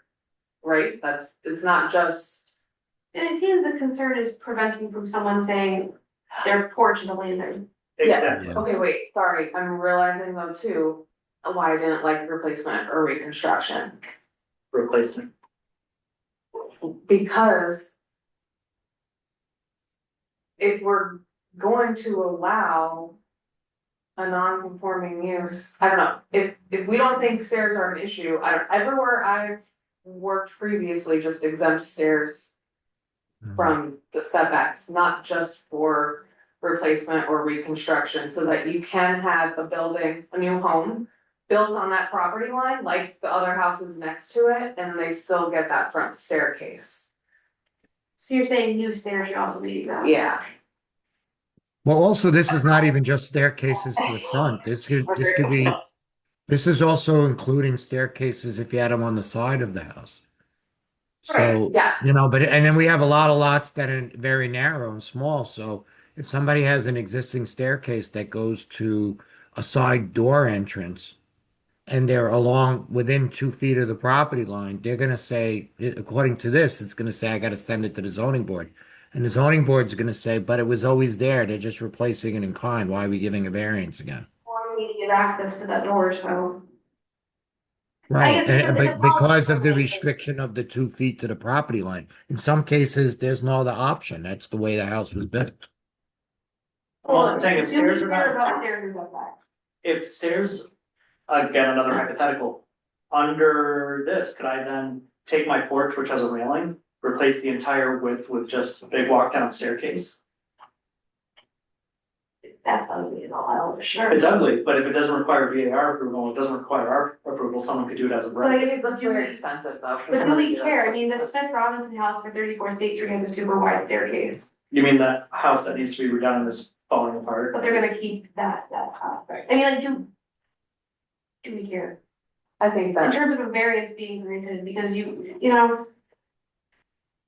I think if we have the maximum size of the landing, that takes care of that. I have already said, maximum size of a landing is all I care about, because the stairs don't matter, you can't, Yeah. you need the stairs to go up and down or in and out. And so I guess So- from a reconstruction No, or replacement, like I get that. Right, that's what I like was that gonna say. for Does it matter if it's a reconstruction and a replacement or in any Just say situation where exterior we can? construction, it will go to VAR because the whole house has to get reviewed. Hmm, And so like, okay, not even new construction, let's say that house that we just looked at, that we told them to come back, right? They're over their, oh, I guess it'd be not conforming, whatever. So let's say somebody has their house built in the setbacks. And they wanna put a side yard exit, right? Even like, we want them to be able, I don't know, we're like, oh, there's also cases where you could have There's a- single family home that someone wants to use as a 2-family, and you can just add a door to the second floor. and Yeah, create stairs. right, so like, We've granted variances for that in the past. Mhm. right, do we want it? But we haven't encouraged it by making it restricted. Right. Yeah, so I guess, and this might be a different discussion because this changes the nature of what the planning board probably talked about or the village board or whatever, but. I think it should go further and the replacement or reconstruction should just be struck, and just like exterior stairs, landing, moving ramps, providing access or. Mhm. Let's work with that. Combine with the definition of landing, Always agree simple is better, just as long as it's specific. Mhm. and then strike. Do you want to keep the 2 foot setback or? I almost feel it's necessary for a dumb reason, and that is, if someone can build up to the property line, it would be weird, but you could just build your stairs to the property line, then walk off onto someone's property, which then becomes a policing issue versus a zoning issue. So the 2 foot setback should remain. Joe, do you have any thoughts about that? I was gonna say, is there a building code like? No, I Aspect rather than actually, No, I don't have issues with that. I had more of the issue was whether it's a replacement or reconstruction because I can see us having arguments where, yeah, we're replacing it and it's in the same footprint, and then they moved it over a little bit and somebody said, well, that's not a replacement. I don't really want to get into those type of discussions. If I would rather, it would be much easier if the staircases themselves were exempt. I can understand the landings. I totally agree with you because somebody could say, yeah, my landing is, 8 feet by 8 feet, where does it end? So I Yeah. understand to put restrictions on the size of the landings. So we have no determination on this, but my opinion and I think the general opinion was Strike strike reconstruction. replacement, reconstruction, And then define landing. and define landing. So that, is the board agree with that? I'll relay that. It makes it simpler for Joe to enforce. It makes it simpler for people to understand what the requirements are. And it also hopefully prevents people from getting crazy. I think it's in character with the neighborhood too, like we have a lot of stairs and setbacks, and so that's where I feel like even in new construction, I'm not opposed to that because. Me neither. I think right now as the code is, it prevents people from going well outside because they know it's probably not gonna be approved. If they don't need approval, the landing definition. Can I ask a question? Mhm. What if it's an in-kind replacement of an existing staircase that is within 2 feet? Like, should we make any distinction for that? That's what I was saying before, like you just put a line about pre-existing replacements in kind do not require board approval. Like it's just very simple. I think so, because that's not uncommon in Ossining in an old village. Because you don't typically see a lot of staircases within 2 feet, but you do see them. Yeah. You know, not a lot, they've got. We did, we had that one that went up to the property Yeah. line. Yeah. I'm told, if it's, that's what I was getting at before with like the two-parter. Prior conforming or non-conforming stairs that are replacement in kind, good to go. Yes. We're gonna probably approve it anyway. Then, And then anything new, essentially, or reconstructed, or readjusted, has to meet the 2 foot So setback. we'll be able to rework this language and I have a exterior stairs not covered by the above, da, da, da, da, da. Or whatever the word is. I have a feeling that this will be coming back to you for further discussion. But okay, so I'm gonna recommend for striking replacement and reconstruction, permitting an in-kind replacement of existing non-conforming stairs that have to come back to you, defining landing is a Yeah. suggestion of this board. Fantastic. I agree. I love landing. Us. Okay, and I then. actually really love them. And then, Like, the board's gonna be totally off then. Yeah. Well, this is the Kyle clause. well, I feel bad for homeowners. I don't know government efficiency when we can make it happen. And Like, a lot of money just to draw up plans for the staircase. just, Okay, and then the other one I'm gonna say is most relevant to you, Maddie, if you could shift to page 22. It's the non-conforming uses, and I'm gonna start off by saying, we made an initial pass at this, and then after a recent planning board meeting, the village corporation council and I realized that more changes needed to be made to this section. And so I've already did a pretty significant overhaul of what you see here. so For- we should wait for the, So, for example, one of the conflicts was defining what a incidental structural alteration is between a structural alteration, like what's the difference between structural repairs versus alterations, like that wasn't very well spelled out. So I've already made a bunch of changes in that, and the one what gets abused all the time, which and then is, you subsection D, like this is something you can certainly, would you be able to zoom in more? Yeah. No, Taryn, or. Yeah, it's squinting a little. Oh, Yeah, it's- so change to a non-conforming use. The board doesn't see a lot of these, but we don't apply the variance standard. This is the test that applies. We just add another factor that the change would make everything more conforming in some way, shape, or form. Subsection E, So sorry, so another factor for, the change of a non-conforming use to another non-conforming use. So it would have to be, the same more restricted, not also the character, aesthetics, but also it brings the use of a greater conformity. We have a lot of denials on this, but one approval that is like a really good example of why this is beneficial is the gas station. Yeah. Repair shop that removed a bay of oil in the ground and chemicals and then turned and just expanded the retail use, which is clean, modern inside. It was a change in use. but it was like better for the community. Okay. Okay, that makes sense. But some people will change the use for things that don't benefit the community, and those are usually the ones that get denied.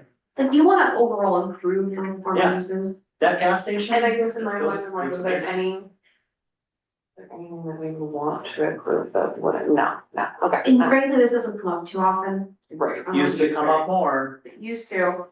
In subsection E, I've already made some more changes to this. It's improvement of non-conforming use. I think the intention of the section is to make site improvements to help bring the site overall into greater conformity with the neighborhood. But this is just cleanup, but I've already made a lot of changes to this, so I don't wanna really. So are you trying to hone in more on like exterior kind of? So my improvements or point what? of confusion with this is, what's the difference between an extension of non-conforming use? How does that differ from an improvement of Right, non-conforming that's use? fine. And so I'm working through this with the village, zoning planner and corporation council. It's a very abstract concept, so I don't really wanna get too much into it, but it's really Okay. clarifying, like. An application can implicate multiple of these actions, like you can have an improvement but also an extension. And you don't necessarily wanna prohibit one or the other if it has a beneficial impact. Yeah. So I'm just trying to make that point come across clearly. I'll give you one more short example. It was the gas station. that There was- you go. Yes, That was which is in exactly- a residential district and has a very small footprint. They wanted to triple or quadruple the size of that building and everything, and some of the confusion in here led to multiple meetings of discussions that could have been avoided. And maybe they would have applied with something different that was less of an impact. Because on the flip side, you know, they were expanding the use because they were dedicating more floor area.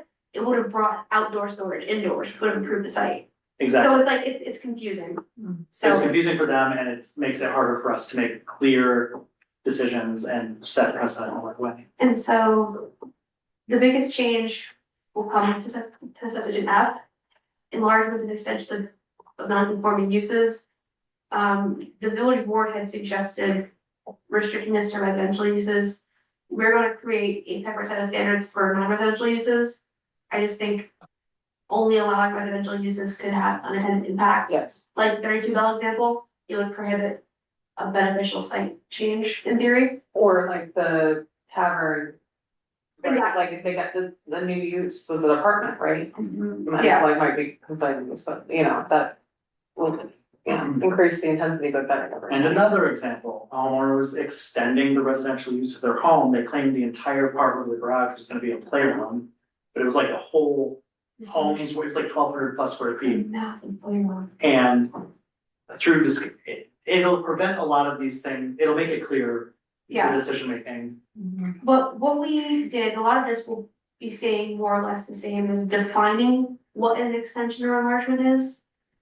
And so subsection F1 is just a simplification, instead of all of that language, it's, you can't extend without going to ZBA first. We kind of modernize that language. Subsection 2 is preliminary. It's defining what an extension or enlargement is. Yeah. And as we have this proposed, it's any change that increases the size, scope, or floor area of the use, including but not limited to additions, alterations that create additional habitable space, and the reoccupation of previously unused or uninhabited And space. this solves the issue that we had with the Spring Street resident who had the illegal apartments in the basement. With like a furnace in one room, no windows for egress in case of a fire, had plans submitted and then completely did something else. He was trying to argue that that was an expansion because the property, the footprint of the home didn't change, but when you include scope and the other things. It's always been a question, what is an expansion or non-conforming use, and this aims to help define that. And I think it closes that loop. I wouldn't, and this it probably isn't scope, but for more of like the lay person. What about? Density, like, So if you scroll Units. down, right, so because you can't, you got a 3 unit, and you wanna expand a non-conformity to a 4 glad you unit. brought that up, so if you scroll down to section 3, thank you Corey for the nice transition. We currently apply the area variance standard to this issue. We think it would be fair to treat this like we do with the change of non-conforming use, where we give the board specific factors to consider. And so one of those factors would be the expansion or enlargement will not result in an increase in the number of dwelling units. So we specifically addressed the density. And it's, I mean, you're the lawyer, we can do this above and beyond New York State code, because these are things we already asked for in Yeah. many of these. Yeah. Absolutely. And so these are the proposed factors for an extension of non-conforming residential use. So it would have to meet all these. It would have to meet all of them. Like, the extension or enlargement is limited to portions of the building or structure that were clearly and demonstrably intended, arranged, or designed to accommodate such use. So again, with that basement, it was. That was dirt, that didn't have the floor. It didn't have a high enough ceiling for living, they did figure it out, it had a dirt basement until they redid it. Probably when they built it, you can clearly determine that was not intended for living. But this is where the board's feedback is helpful, because if the board, from a policy standpoint, doesn't really have an issue with someone making their basement livable, we can change that language. You know, That's a good point to bring up, because that was my personal feeling when we had that case, was that, you know, if the building footprint isn't expanding, I mean, we need housing Yeah. in the area. And people are willing to live in whatever size they're bringing it up, right? We always say like the market will kind of take care of things to a certain like, for extent. example, if from a policy standpoint, the board thought it could be desirable to allow this in certain circumstances, maybe an interior only change without changing the overall building footprint. But how do we prevent abuse? Because they had a plan, chose not to follow that plan that was approved, even though they didn't have a certificate of occupancy. And they put the residents in there who may have been vulnerable populations, especially if Spanish is their first language and they don't have access. You have one bedroom that has no egress for fire and has This a, is a big code. what, I know, but it's like very strongly, I am all against multifamily units. I want single family homes to be able to be split in half and turned into multi-unit dwellings. But you also have to draw a line in the sand so that people don't do stuff in advance and they're like, well, it's gonna get approved anyway if we make changes, so just go ahead and do it. So. But this almost takes care of that, right? People don't have to do things under the table because we're allowing for it. Your building is already existing, they are gonna do whatever they're gonna do within that because they can kind of get away, and that's like where, you know. That was kind of, I mean, I guess I wasn't here when the village did this before, but that's the argument for allowing 2 and 3 family homes, right? Is that it was already happening, but it was happening illegally and probably not up to code, right? So if we start allowing these things, we can actually regulate them better. But the same example was one where they were approved for 2 bedrooms, decided to put in 4. We can't, I don't know, we can't really. We're not gonna prevent people doing things against what was approved, like that's, you know. They still have to Anybody meet can do that all on any the project. code requirements, so. Like, I believe, Joe, the number of bedrooms is tied to sewer capacity, Yeah. correct, and then water usage. So like, if they can't support that, then they'd have to move those bedrooms anyways. And theoretically. If 2 units are allowed and they wanted to go to 3. Or sorry, let's, non-conforming already, right, so They would be able to do that, 2 was allowed, they're at 3 and they wanna go to 4, that wouldn't be allowed, because, this prohibits that, and that would be a use variance most likely. okay, that was what I wanted to get, because we're saying if we don't care about the interior of the house, then we don't care about the interior of the house. So I disagree with that, So what but we're saying, I get what you're saying, but I disagree yeah, with so that. section perspective. I just 3D wanna- prohibits adding more units. 3B limits where that space can be added, and what my question was, Okay. from a policy standpoint, you know, this talks about having to be arranged and designated to accommodate. Would you rather that just say interior home alteration?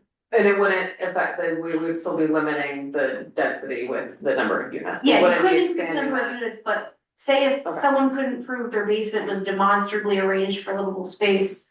If we change B to interior space, for example, that demonstrable language would be part of it. It's a policy question, and ultimately you have to consider that as well as the board of trustees, it's just food for thought. Well, and okay, yes, I'm for that, for striking or for allowing interior, because without an increase in density, I don't see any impact to the neighborhood that, you know, why we should stop that from happening, I guess, is, yeah. my opinion. And Joe, what's your opinion as the person who? Well, the biggest problem I have on this whole thing was there was no change to the 10% because I never saw anything in the code that ever limited somebody to do 10% today, 10% next year, 10% third year. Doesn't say like it's a one-time thing. So I felt that there should be no percentage allowed increase without having to come in front of the board at all. If it's a non-conforming use and you want to increase it, whatever percentage, it should go to the zoning board of appeals. That I We agree. struck the percentage. Okay, Okay, that's good to know. So. because that's what Yeah. people would argue, they're like, well, you said 10 beyond what, and now it's only 15, and you're like, and then people keep pushing it, so I agree. Yeah. So yeah, we struck the percentage in favor of this 4-factor test. Which is also fair for the applicant, because they can see on paper what the requirements are and what they're gonna have to argue. Yeah, And by the way, like if they have an undersized apartment, 500 square feet, and their proposal is to, add the basement, if it meets all these factors, to get it to 800 because that's the minimum conforming, well, then your variance request is not the difference between 10% and whatever they're asking. You should be getting a variance for whatever that percentage is. And so this wouldn't even be a variance. This Right. would be like, the referral would say zoning board of appeals approval for the enlargement of the non-conforming use. Like, there would be no variance. There'd be There no would not even a percentage, variance right? there.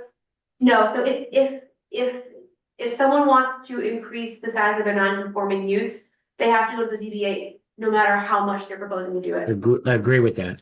And if they came back with a new application again, there'll be a record of this, that there was already granted one variance, and they could say, we're not going to entertain a second one. That, but also they're constrained by these factors, so again, like, it's interior only proposed. So like, they're limited by how much they can expand because they can't increase the footprint of the building, you know? There's only so much payback they'd be able to do. Yeah, because at a certain point, you'd be compromising the minimum habitable or livable space if you added new walls and tried to fit another dwelling in there. Right. So, Because what I get a lot of is we have 3-family homes in a 2-family zone district, and the house already has 3 stories, first, second, third. And then they come in and say, well, we'd like to finish off the basement and the attic. And add the attic to the top floor apartment and add the basement to the first floor apartment. Well, that's a significant increase there. And they may even But try to do here- that in 2 separate applications, but that would be the intent of what they're gonna try to do. And in this case, under these new regulations, it could be permitted. it could be permitted. So if we wanna try to tighten that, but also the first factor is whether, It should be permitted. yeah, it's a policy decision. I don't, the percentage doesn't work because Kind of arbitrary. right, and then, you wanna redo your whole basement and add it to the unit up top, like, are we gonna make somebody only redo like 40% of their basement, or like, 10 feet of their basement and the rest is unfinished? Why not just finish the basement, in my opinion, if you're not increasing the density, I still. So the variance would actually be, how would that be treated, Taryn? Instead of by percentage, it would be a variance of the square footage, or how would that work? There would be no variance. So if someone wants to, say, expand their first floor unit to the basement, if it's a non-conforming use, they have to come to the ZBA for approval. It was not a variance because we're replacing that standard with these proposed 4 factors here. It would be any proposed enlargement or extension of non-conforming use would have to come to the ZBA, no matter how big or small. I think I know what Joe's asking. Yeah, What is the variance? What would the It's variance not a be? variance. So why would they come before the board? right, Because this section of the code requires ZBA approval of extension enlargements. It's the same way we treat the change of one non-conforming use to another. It's not a variance, it's approval. Oh, so it's not an area, it's not a use, it's a third kind of It's animal. a third kind of animal. okay. What? So that's the whole point of these 4 factors. Okay, Here, because we found the area variance standard a little difficult to apply this kind of concept. And so, just to take a step back, if someone is proposing to change from one non-conforming use to another, the board isn't applying the 5-factor test, it's applying the 3 factors in the code. We felt, just from the staff of the policy, this perspective, for extensions and enlargements of non-conforming uses, we thought it made sense to have specific criteria under which that's permitted that isn't the And five you're factors. approving total or you denying total? That's what you're approving. So you're like, yes, we approve, or no, we don't approve the project. Right. And so this is like, they have to meet all four of these factors. For the extension. So or if an application came in front of the board, they would weigh in on what the proposal is on these four factors and then make a Yes. decision to approve that you meet the factors and you can do it or disapprove. Exactly. Also, does shall approve require us to approve? Is that what that's saying? The zoning board of appeals shall approve. Yeah, this because if if they meet meet all the four four factors, then there is, why wouldn't you approve it? They meet So all why would four. they come before us to begin with if they're already, if we're forced to vote yes? Because, for example, look at factor three, it's whether it'll cause adverse aesthetic or environmental impacts. Theoretically, an expansion could have an impact, Oh, and they have to meet, they have to. they have to meet it. Okay, and so, sorry, I'm just trying to close the loop in my No, brain of course. here. And this is helpful for us. No, this is helpful because in my mind, or ideally, let's say this, ideally, I would not have somebody come to the ZBA to expand their unit into a basement, into an existing structure. I think that is overkill, in my opinion. If they aren't increasing the density and they aren't doing exterior alterations besides of maybe adding an extra doorway or something like that, you know, I don't. I agree. There are no impacts to that like that third one that you're talking about is taken off the table because there's nothing. So you're saying that if you wanna finish your basement, we shouldn't. And it's a non-conforming use, right, and it's existing. And it's within the existing walls, you know, I agree with that. what would we say to them, what would we say to them if they came in, we would never. You know, they would be meeting every one of these every time. It's that I don't know, it's in cases where the basement isn't really a basement, it's like partially underground, like that the Spring Street one. And they're like, well, add stairs, we're gonna keep these 4 bedrooms down here with a door to the outside, they literally have people living there. So it's like, we can't tell them, well, we think you might turn this into living space, we can't say that, and that prevents that. I like I don't halfway. understand the difference between, So that this homeowner said that they were expanding it into the basement in order to. but what does going through this process change about that? That's a good question. Nothing, right, they can still do whatever that they want. Exactly, but except for the fact that they're held to a standard with the city. Well, they're held to their building permits and their occupancy and, you know, all that stuff. Injurious to the neighborhood or detrimental to the public welfare. And maybe, I'm like I said, I could be going too far, that's fine, that was just my opinion. I think the rationale was, because as a policy determination, non-conforming uses are discouraged, you don't wanna encourage investment. But we understand the practical realities of living in modern times, so we wanted the ZBA to have oversight over that process. No, this is feedback to go back to the village staff and board of trustees. This was like our initial crack at trying to make this better. It's possible I made it worse, you know? And so, No, you're moving in the right direction. for sure. Definitely. it's such an abstract concept, like, But this is probably the most abused. it is, section of it's our hard to apply, like, we struggle with this with every application, because it's just so abstract. And so if the board is telling me that the way they see it, if someone is if someone's expanding into an existing space, interior space, if it's meeting code, if it's making things better, and if there's no change from the outside, if you're okay with that, then maybe we can rewrite this where you don't have to.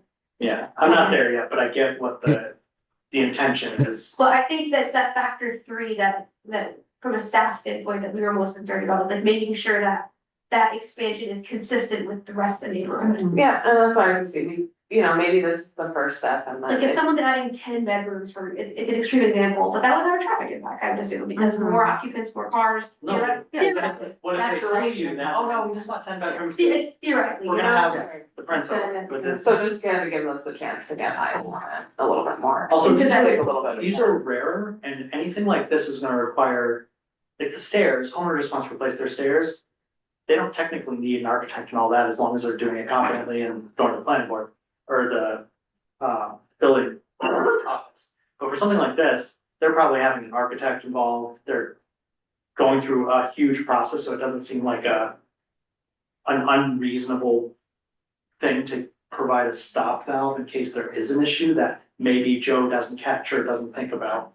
And I like this because your point earlier about like, we don't wanna create unintentional thing, right? So just because something is non-conforming doesn't mean it's bad for the neighborhood or needs to go away, you know, we don't wanna squeeze people out necessarily, like, we want them to be able to make changes that they need to make. But though the property doesn't fall into disrepair and it isn't blighted, and, you know, sits there or whatever, but at the same time, this will give us that like balancing act kind of to look at and make sure that it's not creating anything worse off. So I think that's a good balance. Karen, I have a question though about this, since you're gonna kind of look this over again. In the first one in 3A, when they say greater conformity with this chapter, couldn't someone make the argument and say, yeah, you know, I have an 800 square foot apartment, but you know, we want to increase this and make it 1,500 square feet. That makes it even more conformity because your code says minimum 800. Don't you want an apartment that's larger than just the minimum? Like, do we need to use a word like greater conformity? Isn't there a better way for us to say if the intent is to bring it to conformity? Because I would argue and say, well, where does it say in here that? What's that? But, no, but, okay, let's say, I don't even know, I'm like percentage wise, right, like, if they were bringing something from 30 down to like 20 rather than, I don't know how to, even, they don't have to make it meet conformity. That was kind of your language that you said, Joe, was like, bring it into conformity, but that's not the case. They could just be making something better, but still not be meeting a setback or I guess the use, I'm sorry, but. Well, in this particular one about trying to increase the nonconformity, right? So I'm thinking if you know, people have come to us and said, well, why, you know, I want to increase the size of this space by adding the basement. And we had those on Spring Street where the apartments as they were meeting the minimum amount of square footage by our standards. You have to have 800 square feet of an apartment. But yeah, adding the other 800 will make it 1,600. But that makes it into greater conformity because the minimum, the code says minimum 800. It doesn't say I can't be 12 or 1,500 square feet. Shouldn't this be more like if your proposal is to bring something that's non-conforming with this chapter, like an undersized apartment into the minimum conformity? Like I can see somebody trying to argue this as what is considered greater conformity. I guess that's a policy determination for the village to do. And what my problem was with that building, since they were expanding into the basement. And finally put it into words, it's making sure, and maybe this is a requirement that I just don't know about. Will it have a separate entrance and also have an internal staircase that connects the two spaces? That's building code would require whatever egress is needed. Well, yeah, I mean, Bedrooms, that's one of the elevator. problems I can't stop. If somebody wants to put in, if they say I'm gonna add the basement and we're gonna make a bedroom, the state code says your egress can be a door. So how would I tell them no, it's not going to be because this can become an apartment? Because based on how the code is now or how it's being proposed, we could say expansion of a non-conforming use within the structure requires the space to be contiguous, like it has to be. I think that's a. Well, the interior That's a staircase given, requirement is because in we're our saying you're code not already. creating That'd be your. Right, to have it be a unit, it has to be connected, Okay. I would say, that, These are things that I don't know. no, good question, but I think I think that would be easily taken care of. Cool.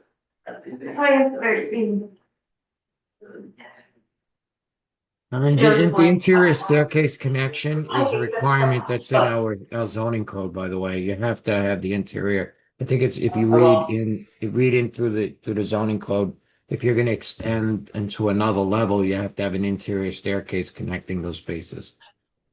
So question for everybody, including staff, because it's past 9 o'clock now and all the legitimate business is done, how much further do you want to go on this unless you're satisfied for now? So here's just the clarification, I'm satisfied, I just want confirmation of the comments I'm bringing back, I'm downstairs. With respect to this section, so did the board agree? They should recommend 3B should be the interior, not just the manifestly, whatever language, it should be like to permit interior expansions. To prevent, sorry, I'm like losing my mind. You're trying to say, if you're within the building footprint, You can expand. yeah, go ahead. And it's when you're starting to expand the building, is that what you're asking You about? want to permit expansions within the footprint regardless of whether the space was demonstrably intended or arranged for such use at the time that use became non-conforming. After my dumb realization, I'm okay with that. Well, I don't remember what you're done. So if the with, basement- but okay. The contiguous space. On Oh, okay, 190, on 194 Spring Street, for example, the applicant couldn't prove that the basement was originally intended Right. for occupation. That's what kind of 3B is addressing. If the board doesn't really care, if as long as interior is okay. Is that kind of the sentiment? That's mine, You can go Yeah. interior. I'm okay with that. Yeah, my concern is more C anyway.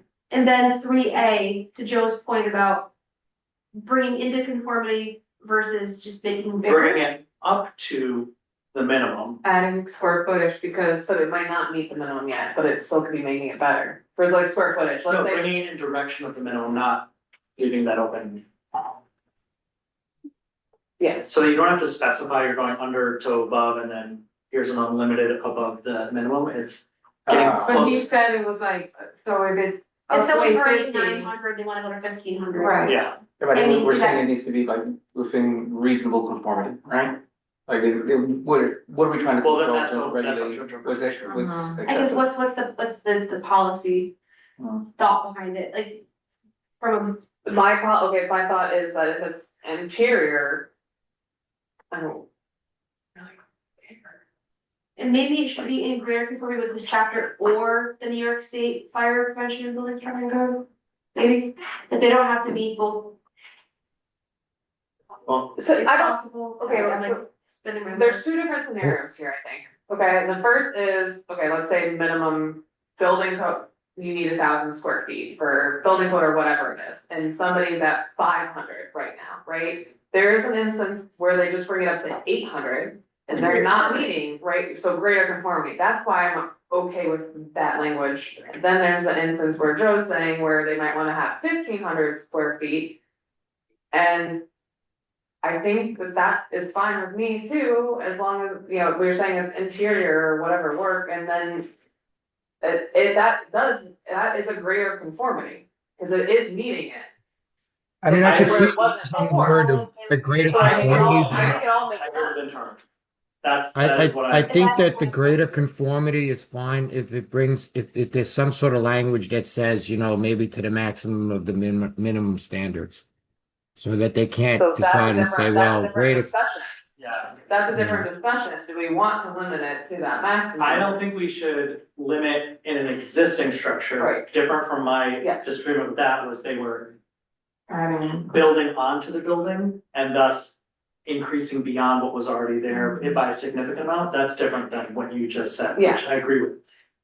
I wasn't on board before, but again, post realization, if this is your house and you're gonna change it to make the inside living area bigger, as long as it meets safety codes and all the things you have to meet anyway, right? So we're leaving 3A, I'll recommend you just 3B. Good. Yes, because that is, could be construed either way. and greater isn't capping it, right, this, yeah, just saying. Building's already there, Getting you better. wanna rearrange inside safely, cool. Yeah. Thank you, this was fun. How do you feel, Karen, about closing up or adjourning?